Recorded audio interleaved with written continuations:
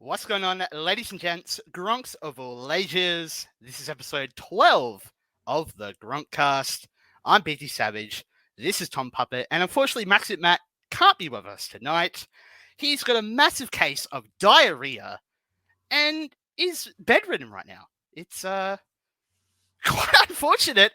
Just like the show was definitely diarrhea. Matt going with the flow. Exactly, man. He TNA impacting just all over the house and unable to join us. It sucks. But we're gonna do him justice. We're gonna do this episode for him. And Tom, how we doing, brother? I'm doing good, man. I mean, I don't have things shooting out the backside all day, all night. So, I mean, that's a plus for sure. But no, I'm doing good, man. How are you doing? I'm good, man. I'm excited. I'm actually excited, to do this episode. Now it's just you and I, and it's going to be a great dynamic. I can't wait. It's TNA. Yes. It should be a fun one. Very entertaining. We'll get into the episode, of course. And yeah, fuck. I'm lost for words already. Hell yeah. Well, better find your words, man, because we got a whole lot to cover on this episode. Yes. And since we haven't said it yet, that episode is, of course, TNA Impact from June 13th, 2011. 12 years ago this happened, and I can't believe it's already been 12 years since this happened. Time flies, man. And TNA Impact is still around to this very day. Yeah, how? How the fuck is this company still around? Like, of all the bad choices they've made, and they're still somehow here. I can't believe it. Happy that they're here, don't get me wrong, but just in shock that they're still here. A lot of naysayers and haters have said many times, within the first month, TNA would be out of business. 6 months, a year, 5 years, 10 years, 15 years. All the time they'd said to go out of business, but yet they are still here to this day, putting on shows and, providing a place for the wrestlers and everyone in the business to work. And it's a great thing. Oh, yeah, no, 100%, dude. I've been saying it's going to be out of business in the next 6 months for about a decade now. So it shows you how much I know about this stuff. Look, fucking, they're proving you wrong, Tom. And I'm all for it. Prove me wrong all day, every day, man. I like that. Yeah, but anyway, should we get into the show, or do you want to bullshit some more before we get into this diarrhea? I wish I could bullshit more, but honestly, let's just get into this show, June 13th, 2011, TNA Impact. All right. Now, was this the first episode after Slammiversary? Yes, I believe it was. Okay, cool. Because I was wondering, because sometimes they'll show highlights from pay-per-view, but it's been 2 or 3 weeks since, so I just wasn't sure. Because I wasn't watching TNA really around this time. I was kind of falling out of it. Yeah, I don't think I was watching TNA at this time for sure. But yeah. Anyway, it starts off with highlights and promos about Slammiversary, I guess just happened the Sunday prior. It shows a bloodied Bully Ray talking about how he beat AJ, and AJ is one tough bastard and all this kind of stuff. Says he's going to get, or I think it was drown himself in some Jack Daniels and get a couple of strippers and he'll be okay. Yeah. Which I was like, that's a good way to heal. I can't complain with that. It is. It would cure any sickness, in my opinion. Just a couple strippers and some Jack Daniels, and everything will be okay in life. Yeah, and depending on the strippers, you might get a couple other illnesses on top of that as well. Next, they talk to Angle. They talk to Angle, and he defeated Jeff Jarrett to become the new #1 contender. And he pretty much just gives the typical, I'm going to be the next champion. Oh, it's real. It's damn real, which I still hate that phrase. I wish he would have came up with a new catchphrase or whatever. Well, because his usual one, it's true, it's damn true. But I guess that since that's WWE, you can't say that. So, it's real. I agree with you, Tom. That just didn't fit for me. And Kurt Angle is looking old here. He's got the stubble, the whacked out beard, stubbly hair. He just looks old as fuck. Yeah, dude. Somehow he looks older here than he does in current day. It's very weird. He looks rough. And I understand why. He's I think the divorce was going on and he was abusing his body and all that kind of stuff. But yeah, he looks rough for sure, man, with the stubble and not even a fully shaved head. It just looked bad. Yeah, fuck. But then they cut over to Jarrett, And Jeff Jarrett's like, it ain't over yet, even though this was supposed to be the last time these two ever fought. He's still saying that it's not over yet, which I don't understand why. And we'll get into that later on. Jeff Jarrett, he's a resilient man, and he is the founder, and it's over when the founder says it's over. I love that fucking line, but yes, we'll get into that more a little bit later on. And then they show that Anderson defeated Sting. I almost said stink there, but he defeated Sting for the TNA World Title with the help of Eric Bischoff. And they cut to Sting, and he's just pretty much doing the Eric Bischoff screwed me, I'm going to get my revenge type of generic shit from him. And then they show Anderson. He's looking at the belt, and he says something along the lines of, this is going to be a bitch to get through security, but I really don't give a fuck. Yeah. And that made me laugh so hard. I was like, that's the way to look at it. Like, this is going to suck, but I don't fucking care. This is awesome. Like, it was great. I mean, I believe that was his first world title win ever. Yep. He's finally becoming a world champion in pro wrestling, really. When people thought he should have been a world champion in WWE, that didn't pan out, obviously. And, grinded in TNA, and he got the big one. So, good on him. Hell yeah. Hold that motherfucker through security all you want, brother. Yeah, just fucking wear it around the waist. Just be this fucking mark out. Who cares? That's what I would do. I don't give a shit. Me too. So yeah, then we go to the show, and instantly the Mister and the music hits, and it's like, oh shit, here comes the world champion right away, right off the bat. Goes pitch black. Then it shows him standing there with the world title on his shoulder, just looking awesome. The jeans, the t-shirt, I love Ken Anderson. So seeing him like this, I was like, fuck yes. Looks great. Yep. The get up, he has the black eye, the shiner from Summerversary. He looks like a badass. I'll give him that. Hell yeah. He looks like a tough motherfucker.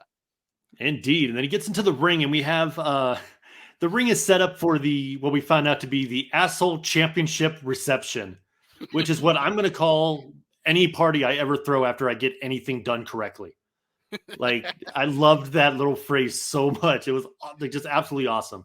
Yeah. But the ring has a table with like snacks on it. There's cheese balls there, which Taz makes sure we knows about. Oh yeah, cheese balls. There's a basketball hoop, like little mini game you find in an arcade, a pinball machine. Like, I don't know where they found these props, but it was awesome to see. Like, did he really expect people to be in the middle of the ring playing pinball? Yeah. I don't know. A stripper pole, a keg of beer. Like, fuck. Anderson's partying all night long and partying every day at this rate, and good on him. Right there, you can see the difference between me and BT. Like, I'm a married man, so I immediately was like, oh, look, there's like a pinball machine and cheese balls. BT single was like, oh, look, stripper pole and beer. Like, that's why we work so well together. I'm just like Mike Tenay, brother. He was the one to point out the stripper pole. Yeah, exactly. And then, but we know Mike Tenay is just fucking everything on site. Let's be honest. He's been doing that since WCW. Oh, yeah. And I know he has a thing for Latinas because he was always down in Mexico looking at Lucha Libre. He was looking for them Mexican women. Good on you, Tenay. Good on you. My Tenay gets all the bitches, I already know. Oh, for sure. Oh, for sure. So anyway, Anderson starts talking, and he gives a very, like, Kevin Nash WCW type of promo. That's how I looked at it. It was like, I'm not in the business to make friends. I'm here just for the title. And, like, no, I don't care about what you think or you fatty at home. Nothing like that. I only care about 5 people in this world. My 5-year-old niece, my wife, me, myself, and I. It was lame as shit. I was like, you can do so much better, but it just gave off very Kevin Nash vibes. The whole, you're in this business, not for friends, but for the titles and the money and all that shit. Yeah, that is a good comparison. It does kind of bring off Kevin Nash vibes, where it's like, he just does not give a fuck. You know, I did this party and I invited all the boys in the back, but they didn't want to come. And I don't care because I have no friends. You know, yeah, exactly. You said, I only care about me, myself, and I. Yeah, all right, Anderson. Yeah, but then some music hits, and I had no idea what the music was, and it's Gunner. And I forgot all about Gunner. Like, my brain completely wiped Gunner out of it until I saw his face. I was like, oh, yeah, that's a guy.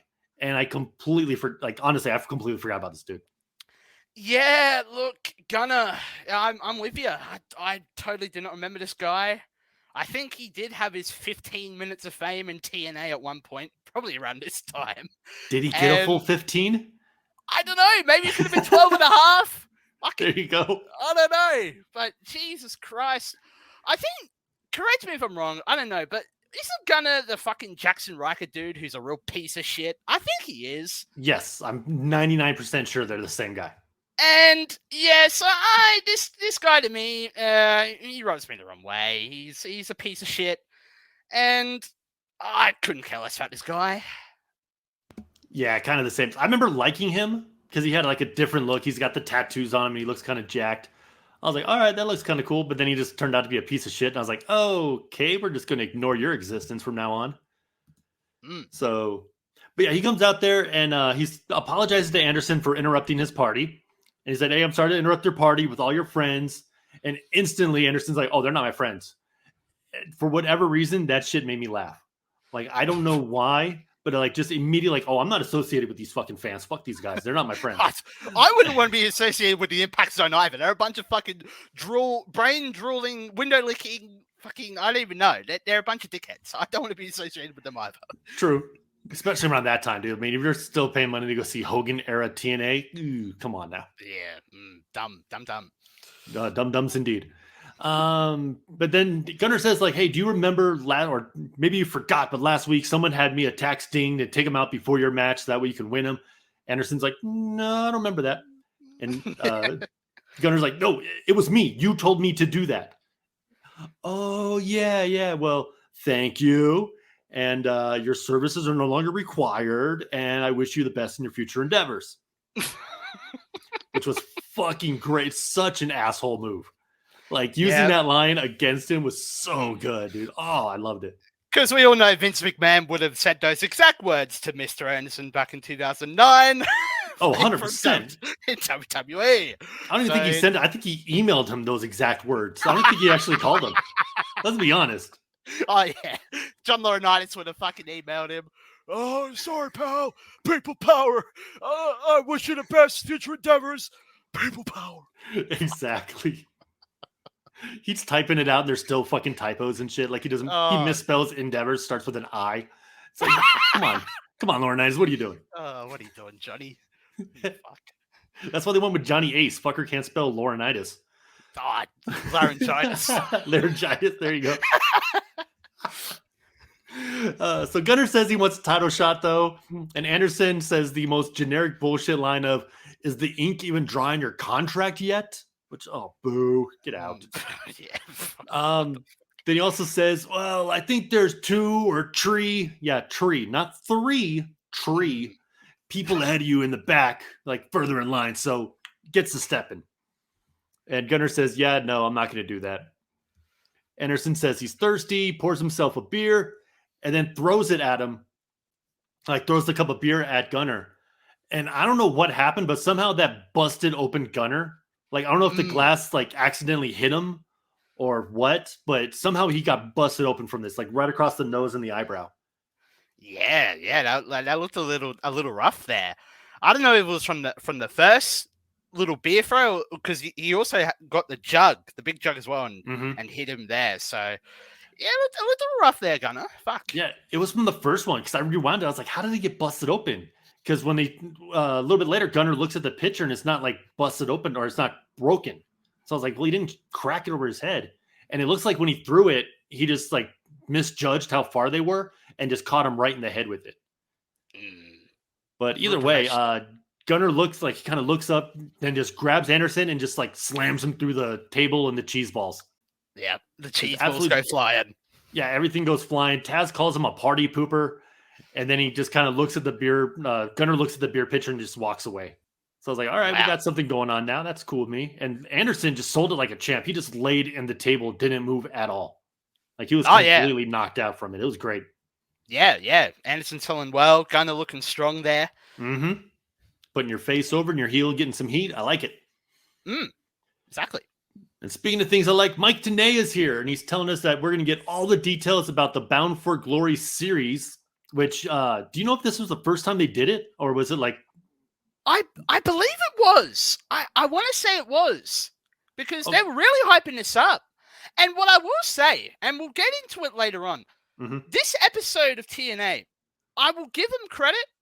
The way they hyped up the Bound for Glory series, and then also another tournament that they did, that we'll probably get into later on. Yep. They really hyped their shit well on this episode, and I liked it. It got me invested. Maybe want to watch more. Oh, for sure. Yeah, we'll definitely get into it later. But these guys definitely, like you said, just got me invested into the thing. Like, I was excited to see, okay, cool, who's going to be in these tournaments? What's going to happen? Like, I want to watch this stuff fall out, especially Bound for Glory. I love the Bound for Glory series. The concept, everything, I really do like it. Oh, same. It's an innovative sort of concept, and it spans over 3 months, so it's like long-term build, and the payoff, getting the world title shot. It's such a good concept. Oh yeah, dude. We'll definitely get into it more because I got a lot more to say about it because it's awesome. But also on tonight's show, we got Velvet Sky and Miss Tessmacher taking on Rosita and Sarita for the Knockout Tag titles. Plus, we will hear from Kurt Angle later tonight. Oh yeah. And then they show Sting walking in with no makeup and just crop dusting the backstage area, just letting out all the farts, is all I can imagine was happening because there was no sound. So I'm assuming they just took all that out. I mean, Sting could have done one of those silent but deadly ones, just the whole the backstage area just fleed. Oh, that's Parted horrible. ways.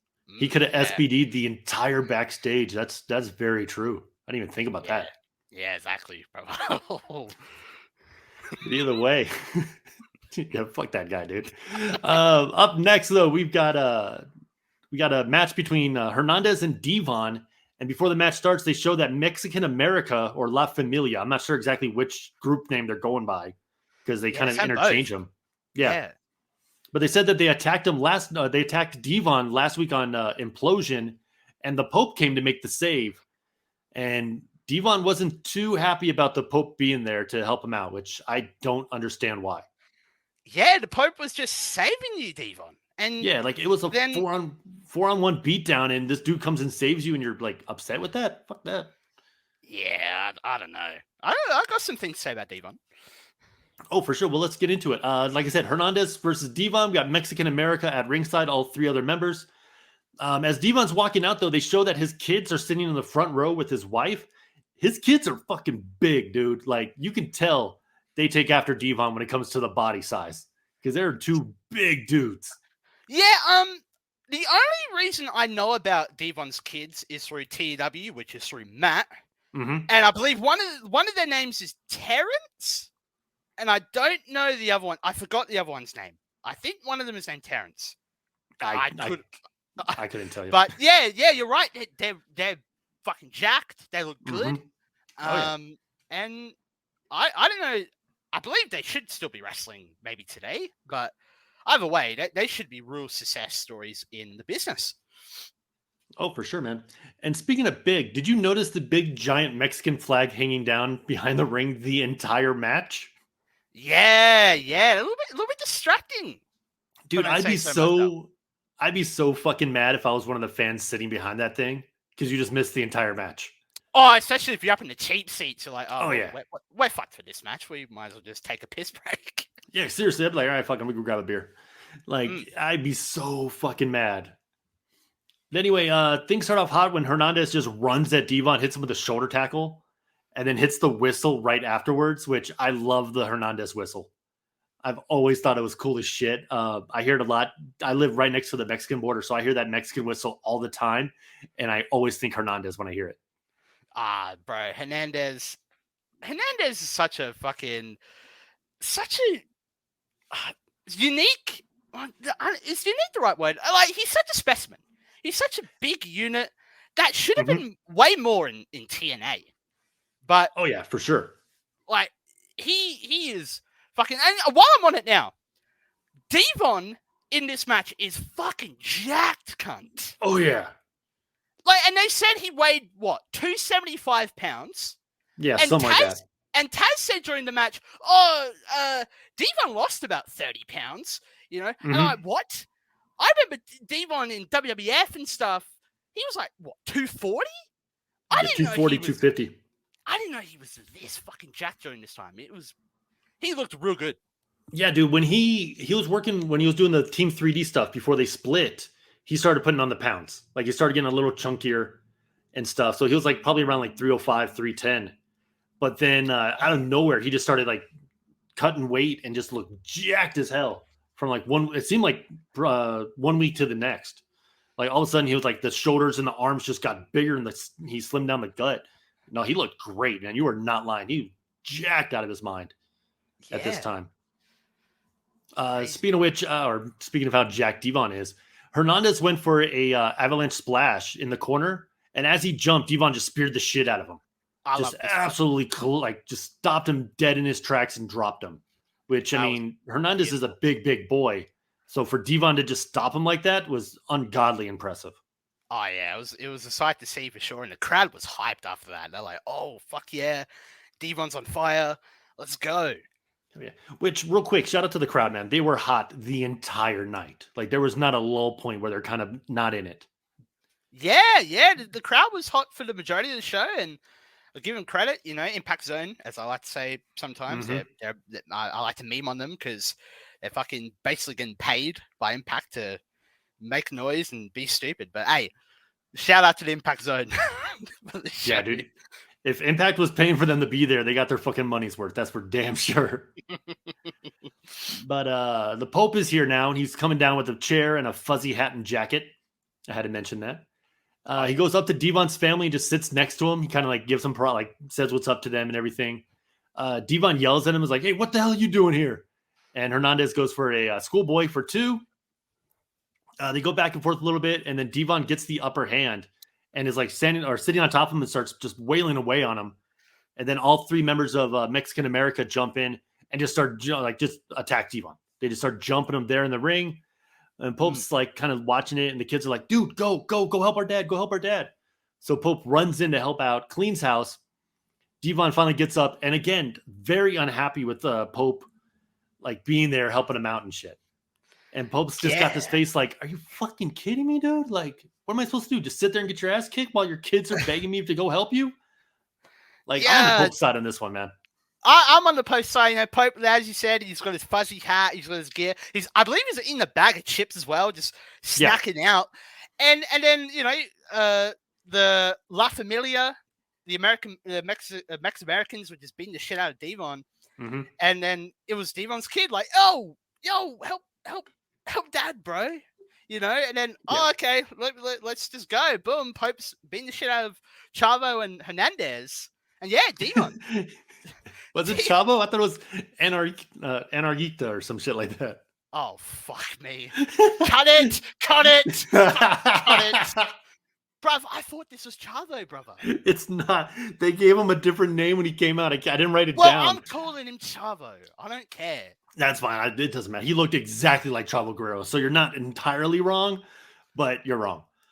Well, I don't care. I'm not an Impact fucking drone who's following Impact. That's fair.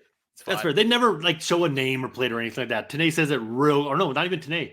Freaking the announcer says it. Like it's like he's whoever the hell. Yeah, Christy Hemme. There you go. That's who it was. Yeah.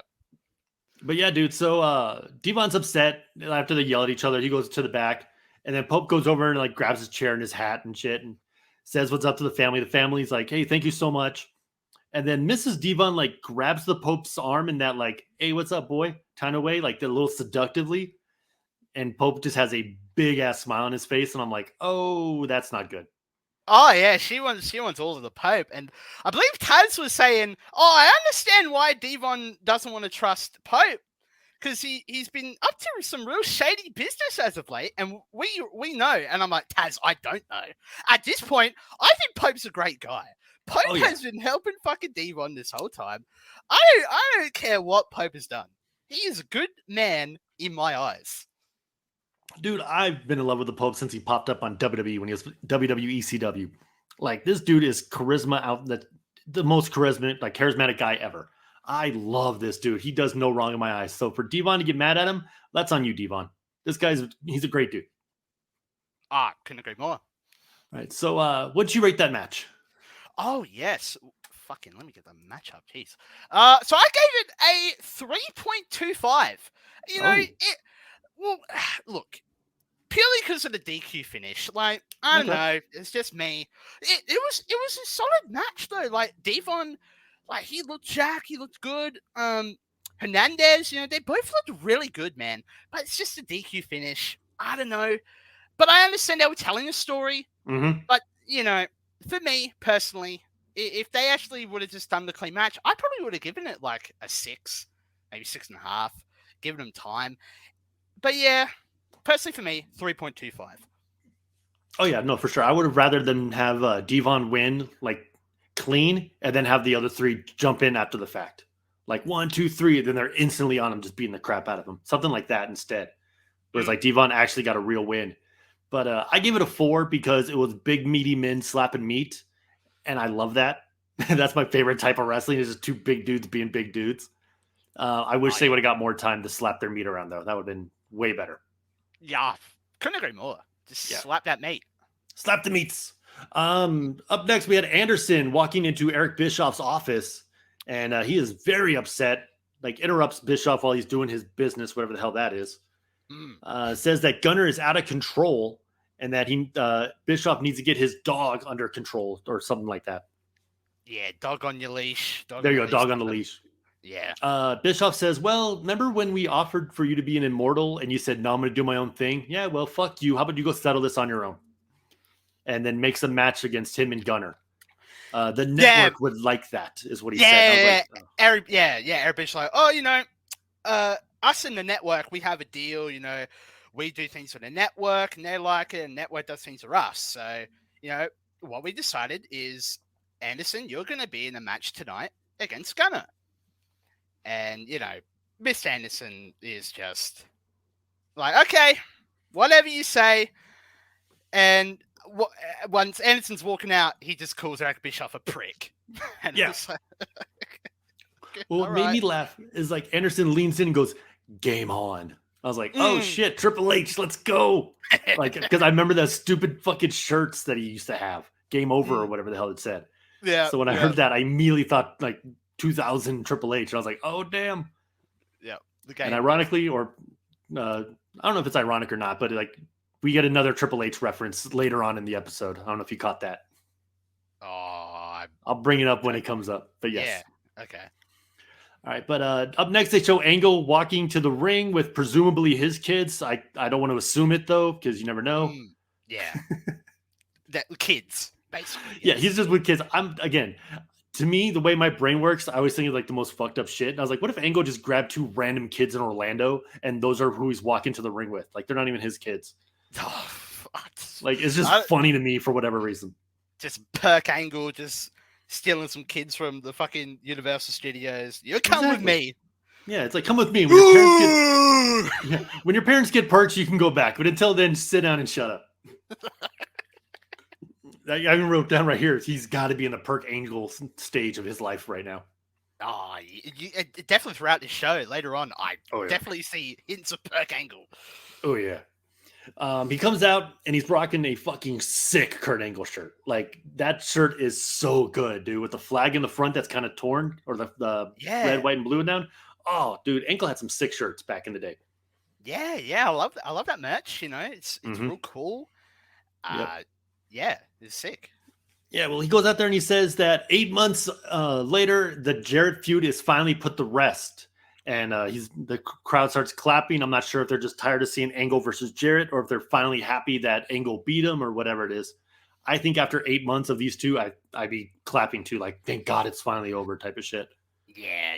After 8 months of that, I'd be glad it's fucking over. Yeah, right? Yeah. Like, I love both these dudes, but 8 months is a long program, man. That's a lot. On Impact and then pay-per-views as well. Oh, yeah. Lord. Oh, yeah. But he says he's looking forward to getting his title shot. And then he wants to explain why he put his gold medals up for grabs at Slammiversary, because that's something you just don't do. Now, I can remember other times he put up his Olympic gold medals just because. So it is something you do, Angle. Like, I know at least 2 other times you did it. Well, I remember him doing it back in the WWE, like when he first came in. Yeah, I remember some matches where he put up the medals just because. Yeah. So, yeah, you're right. Angle, you're capping, brother. Exactly. But yeah, he said he did it because back in '96 when he won the medal, he was super duper focused, and it made him like when he wanted to be the best, it gave him more drive to be the best type of thing, and more drive to work at it. So he said doing it against Jarrett, he wanted to make sure he put him away once and for all, and he had to be the best to do it. And then he makes the announcement that he will be trying out for the wrestling team, for the U.S. wrestling team in 2012 at 43 years old. And that it may be crazy, but he wants to represent his country one more time. And I remember this, like hearing this, and I was like, oh, there's no fucking way he's going to do it. His body's way too beat up. I heard Angle say that. I'm like, I wonder how Angle fucking did there. Oh, he did not do well. He probably didn't even make it through the trial stage. They probably just seen him as like, oh, you're a broken down old man. You can't represent us. Just go away while you can. There's no way in hell during this stage of his life that he passed a drug test to even get to the trial stage. Yeah. Call me what you will. I'm a prick. I'm a dick. I'm an asshole. Whatever. But I'm right. There's no way. It's true. They would have done the drug test like, yeah, all right. So, Mr. Angle, I see you're on lots of prescription drugs. What is this for again, sir? I'm a pro wrestler. You know me, Kurt Angle. I want a broken fucking neck. Yeah, I was about to say, he just replies with broken freaking neck with everything. It's like, why you want Percocet? Broken neck. Why you want muscle relaxants? Broken neck. Why you want antifungal cream? Broken neck. It's like, no, that doesn't make sense. Broken freaking neck. Mm-hmm. Fuck. But anyway, wee woo. Here we go. Jarrett is here. Your boy. My boy, Double J Jeff Jarrett, coming down to the ring, and he does not look happy. Walks in, grabs a mic, and immediately says, "This ain't over, Angle. It ain't over until the founder says it's over." And I was like, what a good line. What a line. Holy. Challenges Angle to a parking lot fight because it started off in a parking lot, I think you said like 2 or 3 years ago in Pittsburgh with a handshake. So it's going to end here tonight in the parking lot. Yeah. And TNA isn't big enough for both of them, so I will do whatever it takes for me to get a shot at you, Angle. I will move to Mexico. I forget what else he said. He said like 2 or 3 things that he would do. Yeah. I'll pack my bags. Yeah. Leave and go to Mexico, and you won't see me ever again. Yeah. So Angle says, "You know what, Jarrett? You're like that annoying gnat that just won't go away. You're a liar. You're a cheat, a scumbag." And then Jarrett starts taking off his clothes. He's like, "Oh, hell no, I'm not." And starts ripping off his shirt. He's like, hold on. Let me finish. You're also somewhat of a prick. And that made me laugh. The fact is like, hold on, I got one more for you, buddy. Yeah. Yeah, you're a prick. Angle says that Jarrett has no honor for this business, and that when you said that Slammiversary be our last match, that should be it. What would your ancestors think? Because you have like all the generation of this business in your blood. What would they think if you're sitting there out here asking for one more match, disrespecting the business like that? Really cutting into Jarrett. Oh, yeah. And then he says, you know what? Why don't you do the right thing and get your ass out of the ring and move on with your life?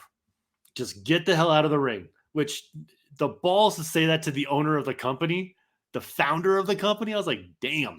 Yeah, Angle's on something for sure, man. Even like in a promo, it's like, dude, that's rough. Yeah, Angle going in deep. Yep. And then go ahead. Yeah, go ahead. Oh, I was going to say, Angle, he's like, well, I don't trust your word, Jarrett, but if you can come up with this stipulation on a document within the next hour and a half, get this in writing, and you know what? Then we'll have this parking lot fight, and I'll see your pussy ass bitch later tonight. So, 2 things. He's like, yeah, if you get this document signed in an hour and a half, and we have people in the back that can do it, we have lawyers. So I was like, oh, that's fucking awesome. That's a good idea. Like, that's cool. But yeah, just if you could get something signed that says you'll go to Mexico without my kids, I'll fight you and I'll see your little pussy ass in the parking lot. Dude, I was dying when I heard the little pussy ass in the parking lot line. Oh, yeah. That was so good. I got so hyped for the match later. I was like, hell yeah, Jarrett, you better find a lawyer. Oh, fuck, yeah.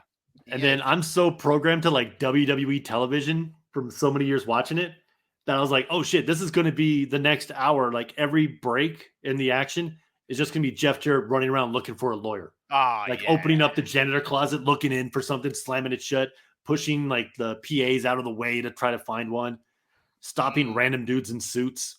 Like I was expecting all that kind of shit, which thankfully none of it happened because that would have been too silly. Yeah, nah, I agree. But up next, we are talking about the Bound for Glory series and all the details, according to Mike Tenay.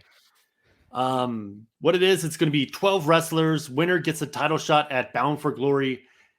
Anywhere, any type of match, the outcome matters. So if it's a tag team match at a house show, it matters. If it's a submission match at a pay-per-view, it matters. That I love. So it's like every single match, it adds a little bit of extra drama to the match, no matter who's in it. So I thought that was great.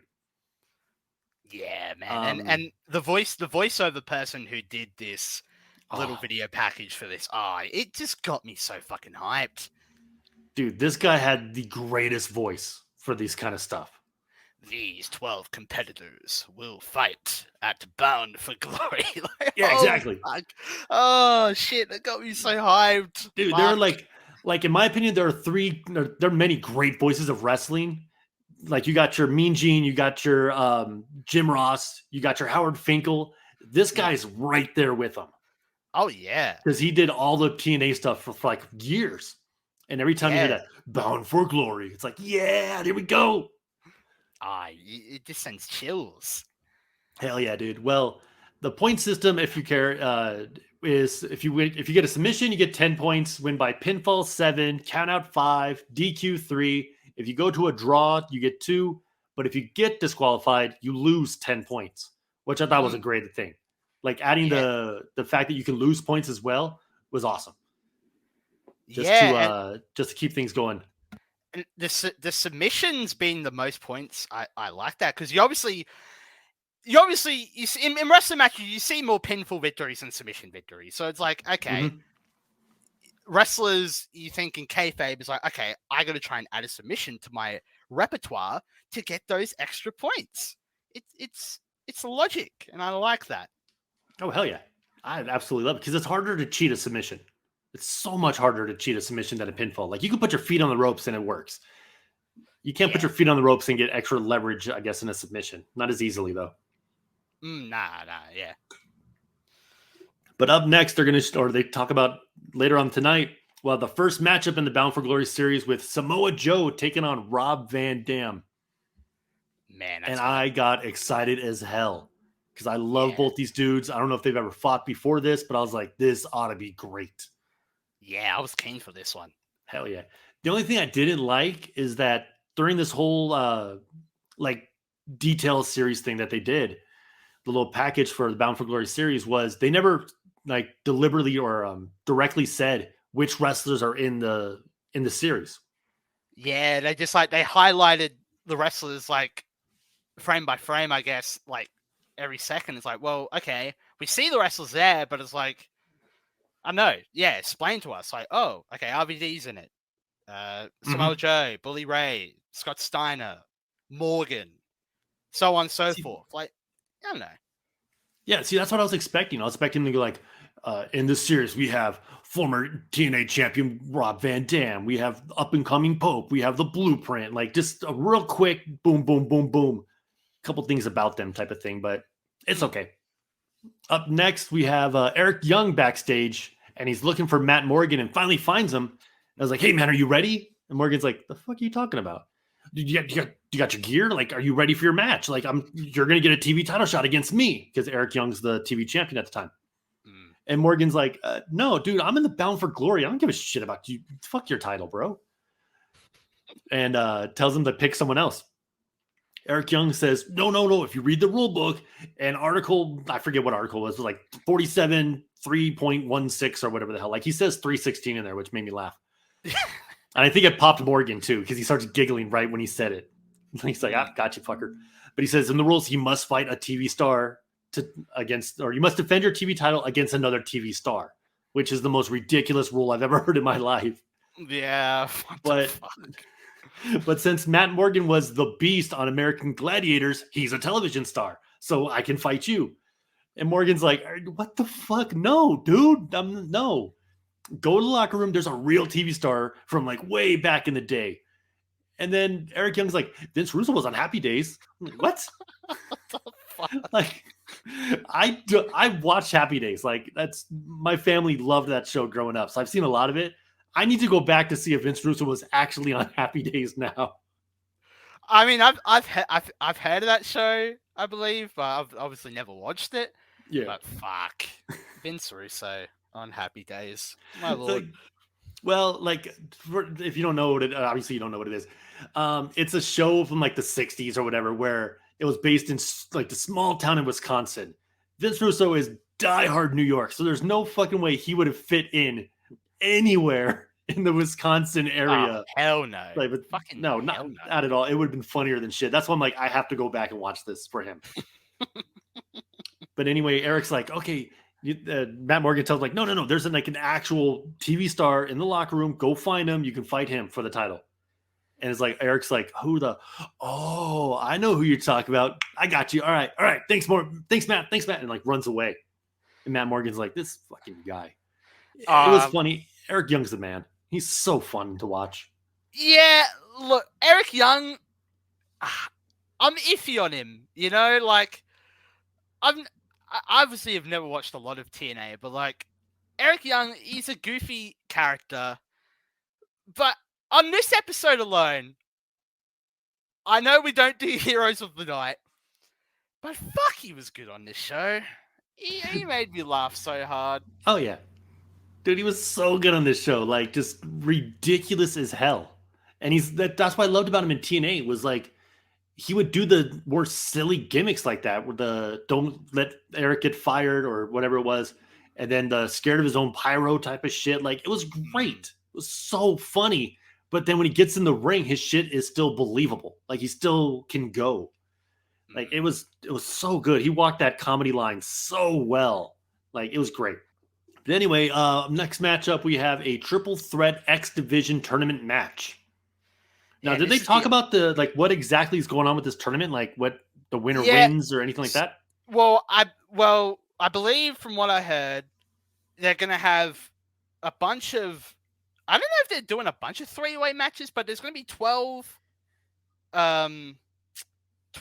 X Division guys from TNA's past, and they're going to be in a bunch of matches, and then there's going to be the match, like the match at Destination X. Mm-hmm.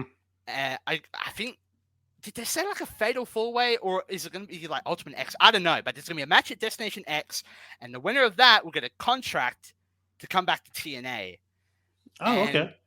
And yeah, I'm like, this is another tournament that they're doing, highlighting the S Division. I'm like, okay, it's cool. Oh yeah, dude, I was all for this. When I talked about it, I was like, oh, it's triple threat X Division tournament match. I was like, oh, X Division tournament, I'm in. I'm all in. I don't care what the rules are. I don't care who wins what. I'm in because X Division tournaments are always banger matches every single time. And like this one is I don't know how you felt, but I loved this match. I thought this match was awesome coming up. This is a very good match. I was thoroughly pleased with this match. Oh yeah, dude. They they announced Kid Cash is the first competitor in this matchup, and they show like a little mini package while he's coming to the ring about who he is and how he fought in TNA back in, I think they said 03 or 04, like a while back. Yeah. And then Taz is like, yo, he is jacked and was probably the most hated guy in the division at the time. I was like, yeah, that's probably true. Because I've heard stories about Kid Cash just kind of being a prick. Yeah, I can believe Taz. Right? And then they show Jimmy Rave, and he comes out with his Guitar Hero guitar, just rocking out, having a great time. And I love this dude. Jimmy Rave was so stupid, but he was so much fun to watch. I've never really seen this guy, but damn, he looked the part. He was he's sick. he was doing the Heath Slater one-man band shit before Heath Slater ever became a thing. Oh, okay, yeah. And he'd go out there with the Guitar Hero and he's like rocking out on the fucking ropes and shit. He was so stupid. I think Christy Hemme was managing him for a while too. And I want to say Hoyt. He was with Lance Hoyt, but I might be wrong on that. I don't remember who his partner was. But yeah, it was just fun as hell. Man, And then the third guy is a dude I used to love, Austin Aries. I used to be a big Austin Aries fan. And then he turned to be a sack of crap as well. So that's fun. Yeah, I liked Austin Aries back in the day. Like, I thought he was a real good worker, but as you said, like, he turned out to be a fucking piece of shit. Oh, yeah. And it's like, nah, well, fuck you, Austin Aries. Right. And it sucks because he's like from my hometown. He's a Milwaukee boy. And I was like, hell yeah, hometown boy. And he's good as shit. And he's got Aries, which I'm an Aries. I don't care about that shit, but that's still kind of cool. Hell yeah, this is my dude. He's a sack of garbage. But anyway, the match starts off, and then I didn't write down a whole lot of notes here because I was super into this match, like right off the bat. Yeah. But Austin Aries goes for like the 3-way test of strength, and he goes from Cash to Rave to Cash to Rave. So they just like kind of beat up on him and throw him out of the ring real quick. And then Rave and Cash just start going at it back and forth super duper quick. Just doing typical X Division shit. A little bit later on, Austin Aries hits Austin Aries hits the Eddie slingshot senton type move onto Jimmy Rave. Like when you go from the apron over the top rope and then kind of like, like senton onto him. Yeah. Cash and Austin Aries are outside fighting. Cash ends up hitting a springboard spear or springboards into a spear by Rave on the inside. That was cool. Knee breaker into an STO into a pendulum elbow by Austin Aries for 2. That looks sick as hell. Yeah, that was wicked.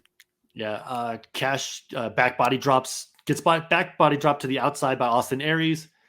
And then Rave and Cash are fighting out there. And then Austin Aries comes from out of nowhere and just fucking plows them both with a suicide dive. Like between the second and third rope, just runs right through them. All 3 crash really hard into the barricade that looked just tremendous. Yeah, Austin Aries with the suicide dive through the bottom rope, and it's like, well, no, as you said, it's between the second and the first rope, and that looked fucking sick, dude. Like, oh yeah, just that pure impact of that. There you go. no pun intended. Yeah. But yeah, that was wild. Yeah, a little bit later on, Austin Aries ends up trying to kill Rave with Uranagi on the apron that just looked horrible to take. Like, that shit sucked so bad.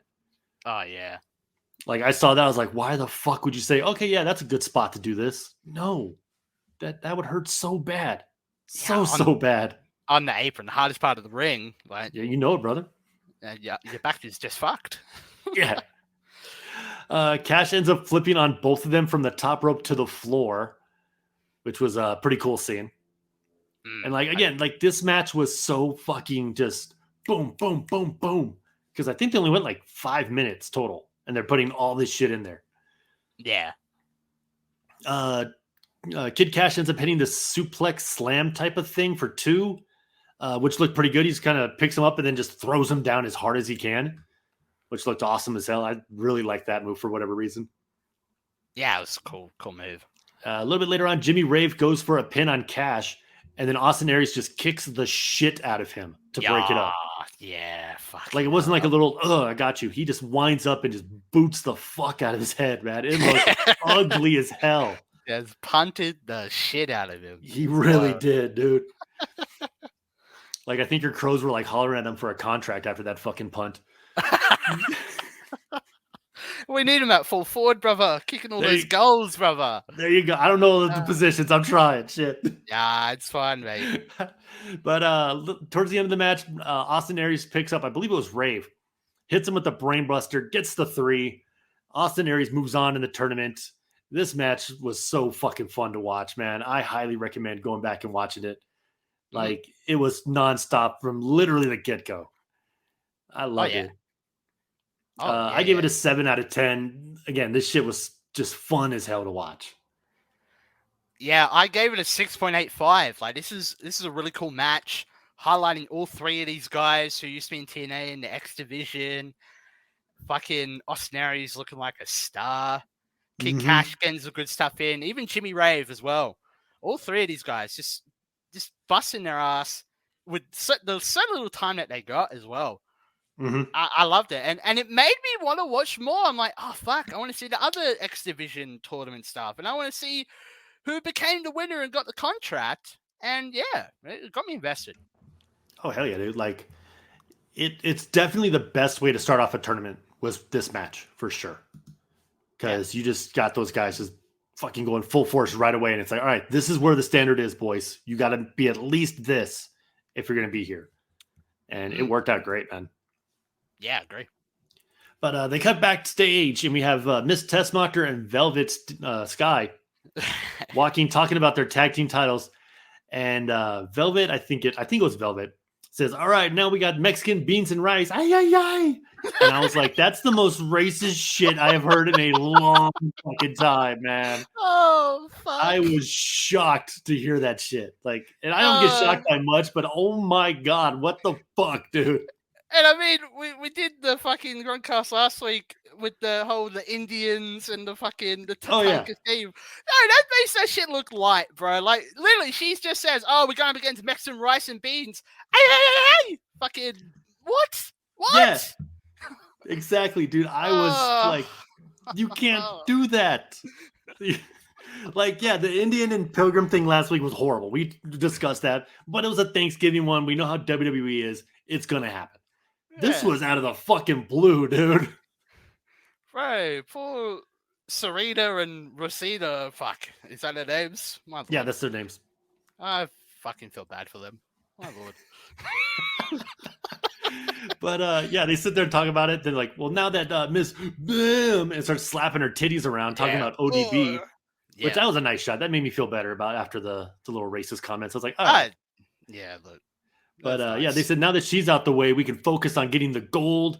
And then after we're done with this, or Velvet Sai saying, after we're done with this, I'm going to go get the other gold. So she's like got her eyes on double champion right now.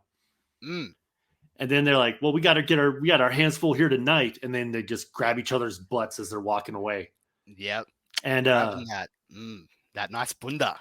Oh, yes, sir. And if you noticed fucking Velvet Sky, she grabs Tessmacher's butt. And then Tessmacher's like, oh, yeah, cool. And like kind of touches Velvet's and then puts her hand back up. Velvet never let go of her butt. She's like, I'm taking full advantage of this ass right now. Which I do not blame her. I don't blame her. Like, it's Miss Tessmacher. She is hot. Hell, Velvet's hot as well. They're both hot. Oh, yeah. They're fucking... And we're about to get in the match. And Taz just sums it all up. Oh, my God. I wrote down word for word what he says. Don't worry. We're going to get into that shit. Yes. So yeah, we get back and Mexican American gets the jobber entrance, even though they're the champions and all four are in the ring. Luckily, there's no giant flag hanging down, so the fans behind it can see this time, which is awesome. Good on them. Yeah, good on them. Yes. Hebner, the referee, instantly kicks out the males, tells Anarquia and Hernandez to get the fuck in to the back. He even kicks out Chavo for no reason. Like all three of them are sent to the backstage area, so it's just the ladies in the ring. Yeah, El Hebner, just an absolute savage. Oh, dude. Sarita starts yelling at him. She's like, you can't do that. You can't do that. And he looks her dead in the eyes and goes, shut up. Like, just dropped the bass in his voice and told her to shut the fuck up. And she did.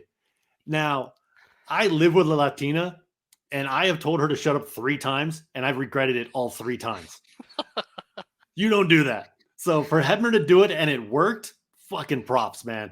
Props. Hebner's got that authority, bro. He's been in the business fucking 30 years or whatever at that point. Oh, yeah. Probably a little less. But he's been in wrestling longer than she's been alive. Easily. Oh, yeah, easy. Like, he's refereed more matches than she's had at this point. And it was so funny how she just quickly, oh, shit, I'm sorry. It was great. But then Velvet Sky's music hits and they come out and I quote Taz, who is, I quote Taz, and I'll try not to laugh during this. Oh my God, holy hotness everywhere. As I said earlier, this is like a quad of hotness. Quad meaning number 4. I can hear the pigeon coop starting to flip around. What the fuck are you talking about, Taz? Like, he does the pigeon noise. He fucking did the pigeon Like, I had to pause the episode. It was like, oh, I'm writing this shit down. I will not forgive myself if I don't read this on the air. It's the most. He is at Jerry Lawler levels of horniness when these two women come out. Oh, 100%. When he did the pigeon noise, I'm like, oh, fuck. And then, because I'm like, oh, he's going to say the line. He has to say the line. I remember this. It's like the one point of TNA that I remember because Taz says the line, right? Mm-hmm. And he says the line, which Boy, does he. You can quote the res. Yeah, go ahead. But before we get there, they sit there and like Tessmacher's on the thing, and today's kind of talking about what happened earlier what happened between Velvet Sky and OBDB from last week. And they go to cut away to a video, and Taz is like, no, don't cut away. Dude, just look up at them.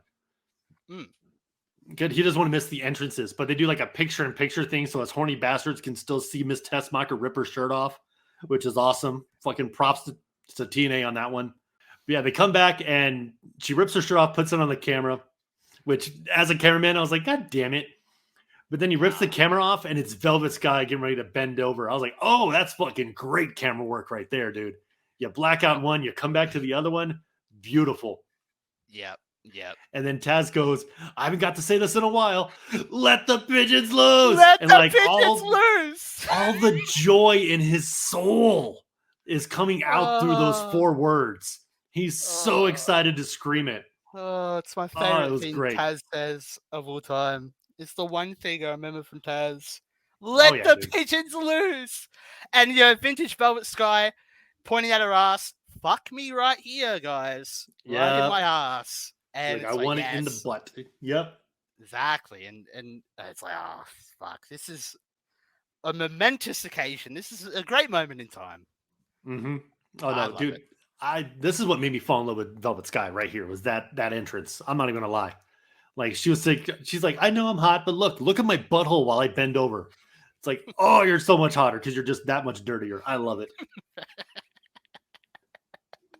But anyway, we got a TNA Knockout Tag Team title match here.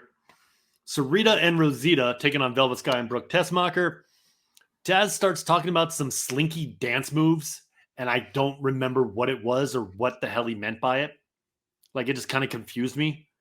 Oh, yeah. Like, I think it was talking about, like, Rosita kind of dancing around and stuff. He's like, oh, she's got those slinky dance moves. And I was like, what the fuck is he? Oh. I don't know. At this point, there was no more blood in Taz's brain because it all went to other places, if you know what I mean. So I think that's why he made no sense in this match. Yeah, they start going at Rosita goes for like a handspring back elbow out of nowhere, and Tessmacher just sees it and just like blocks it. It made me laugh very hard because like usually when they do that type of move, the person's like hit in the corner. Tessmacher was just standing there. So she saw the backflip and going for that elbow, and she's like, nope, puts her arms up and pushes it away. I was like, way to no sell that, dude. Fuck that move. Yeah, just absolutely treated her like a jabroni. Oh yeah, completely fine. Again, this match I didn't write down a whole lot because there wasn't a whole lot to write down. Rosita is still super duper green at this point, and for those of you who don't know, that's Selena Vega. That's currently in WWE. Was Rosita? Oh, okay. Yeah, so this is like early on in her career. Velvet Sky goes for Rosita goes for like that head scissors where her hands are on the top rope and Velvet Sky's between her feet, and she's going to do like the spin and drop her, like do the head scissors that way. Velvet says, yeah, I'm not taking that, and just throws her face down into the mat. Like, they are not letting Rosita get any sort of offense in whatsoever. Velvet Sky and Brooke Tessmacher, or Miss Tessmacher, just beating her ass. Taz comes up with another line. He says, Tessmacher has a lot of strength in her rear area. And then there's like 10 seconds of silence. Like Tenay says nothing at all. He's just like, nope, not talking. And then Taz is like, he's like, the rear area, like this, like he's trying to make Tenay laugh, and Tenay's like, yeah, I heard you, and just moves on with the match. And I am fucking dying. The fact that Tenay just completely no sells everything Taz says makes them one of the best duos in wrestling by far. Yeah, look, Taz just looks like an absolute fucking goof. For sure.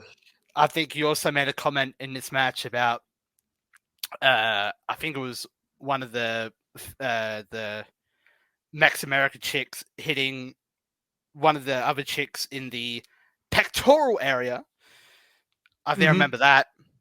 And then go ahead. He said something like, I think it was like Rosita or whoever hit Tessmacher like up in the chest. He's like, oh, up in the upper pectoral muscles. Like, you know what you want to say, you just can't say it. Yeah, Taz, you horny fuck. Yeah, Taz is like, hit her in the titty. It's like, you can't say that on TV. You're gonna get us kicked off of another channel, Taz. Knock it off. Fuck.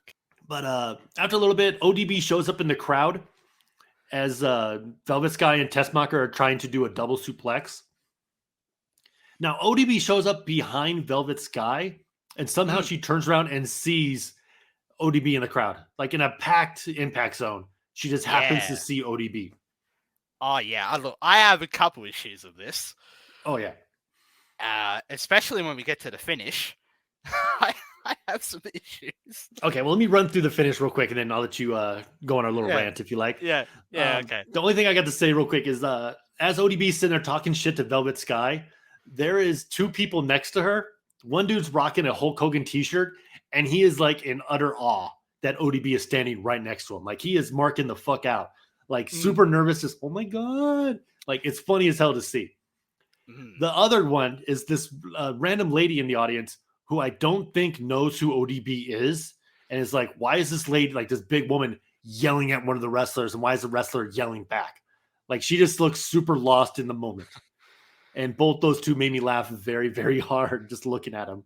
Yeah, I think I've seen both of them. Yeah. Like, the woman was just so confused, like, oh, why is this big chick just yelling at one of the wrestlers? Yeah. And then, and then the guy, he was marking out like, oh my God, it's ODB. He was so happy. Oh, I feel a little tingling sensation right now. Right, my pants just got tighter and I don't know why. Oh, fuck. So yeah, that's leads to the finish. Tessmacher as ODB, I'm sorry, as Velvet Sky's yelling at ODB, Tessmacher ends up getting beat up by both of them. The camera sucked, and it was really bad camera cuts, so you really couldn't tell what happened. But somehow one of the Mexican American chicks ended up pinning Tessmacher for the 3. They win. They retain their titles. I don't know what happened at all. Yeah, look, from what I've seen, like, one of the chicks, she did like a knee to the gut, I think, or a splash, right? And Velvet, when the chick first did the pin, Velvet was looking at the pinfall. She could have went in there and saved them. But Velvet turned back around to get distracted by ODB. I'm like, oh God, this just looks fucking horrible. Oh yeah, dude. Like, I do remember that. It was just like, oh look, my partner's getting beat up. But screw you, ODB. Like, what are you doing? Get in the ring. Velvet's not known for her smarts. Let's just put it that way. No. Look, all those brains of hers have been located in other places. And those are great places. I'm just going to throw that out there. I don't care. Yes, I agree. Since Matt's dying of diarrhea, we got to sit there and up the horniness on our ends to make up for him. Look, my horniness is at maybe not an all-time high, but it's getting up there. And mine's up there too. And again, I had to raise mine because of Matt. And again, he chose this episode with these 4 beautiful women and the hotness overload that that Taz got to talk about. Fucking the Red Hot Chili Pepper, one of the fucking... Yes, he did say something like that, didn't he? Yeah. Fuck. One of the chicks. Oh my God. So anyway, after the match, ODB and Velvet Sky are still yelling at each other. Miss Tessmacher said, man, fuck you, bitch, and walks out. So it's just those two fighting. And then someone comes into the ring and starts attacking Velvet Sky from behind and just starts putting the boots to her. And they're like, who the hell is this? It's Jacqueline, Miss Jackie from WWF. I guess she did some TNA stuff earlier. But ODB and Jackie just start beating the shit out of her. Like, Jackie starts stomping, like, right away. Just starts stomping on her head. It was insane how hard they were hitting this poor girl. Yeah, no fucks given. They were just stomping the shit out of Velvet Sky and just laying it all in. And then the fucking security comes down and Miss Jacqueline and fucking ODB just don't give a shit. They're beating the shit out of security. It's like, oh, this is fucking wild. Dude, so like Jackie knocks down one of the security guards, and as he's like trying to get up, she just stomps him right in the head. Like it looked like the freaking Austin Aries punch from the last match. Like she just boots the shit out of this poor guy.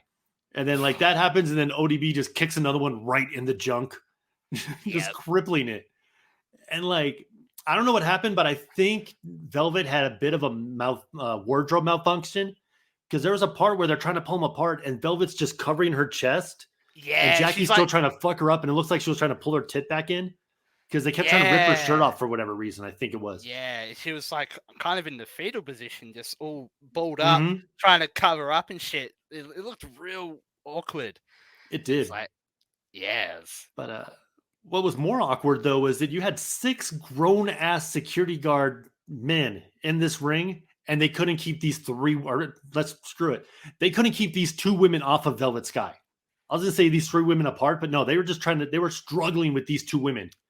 And I understand ODB's a big girl and Jackie's strong as shit, but there were 6 dudes and they still couldn't get these 2 off of her.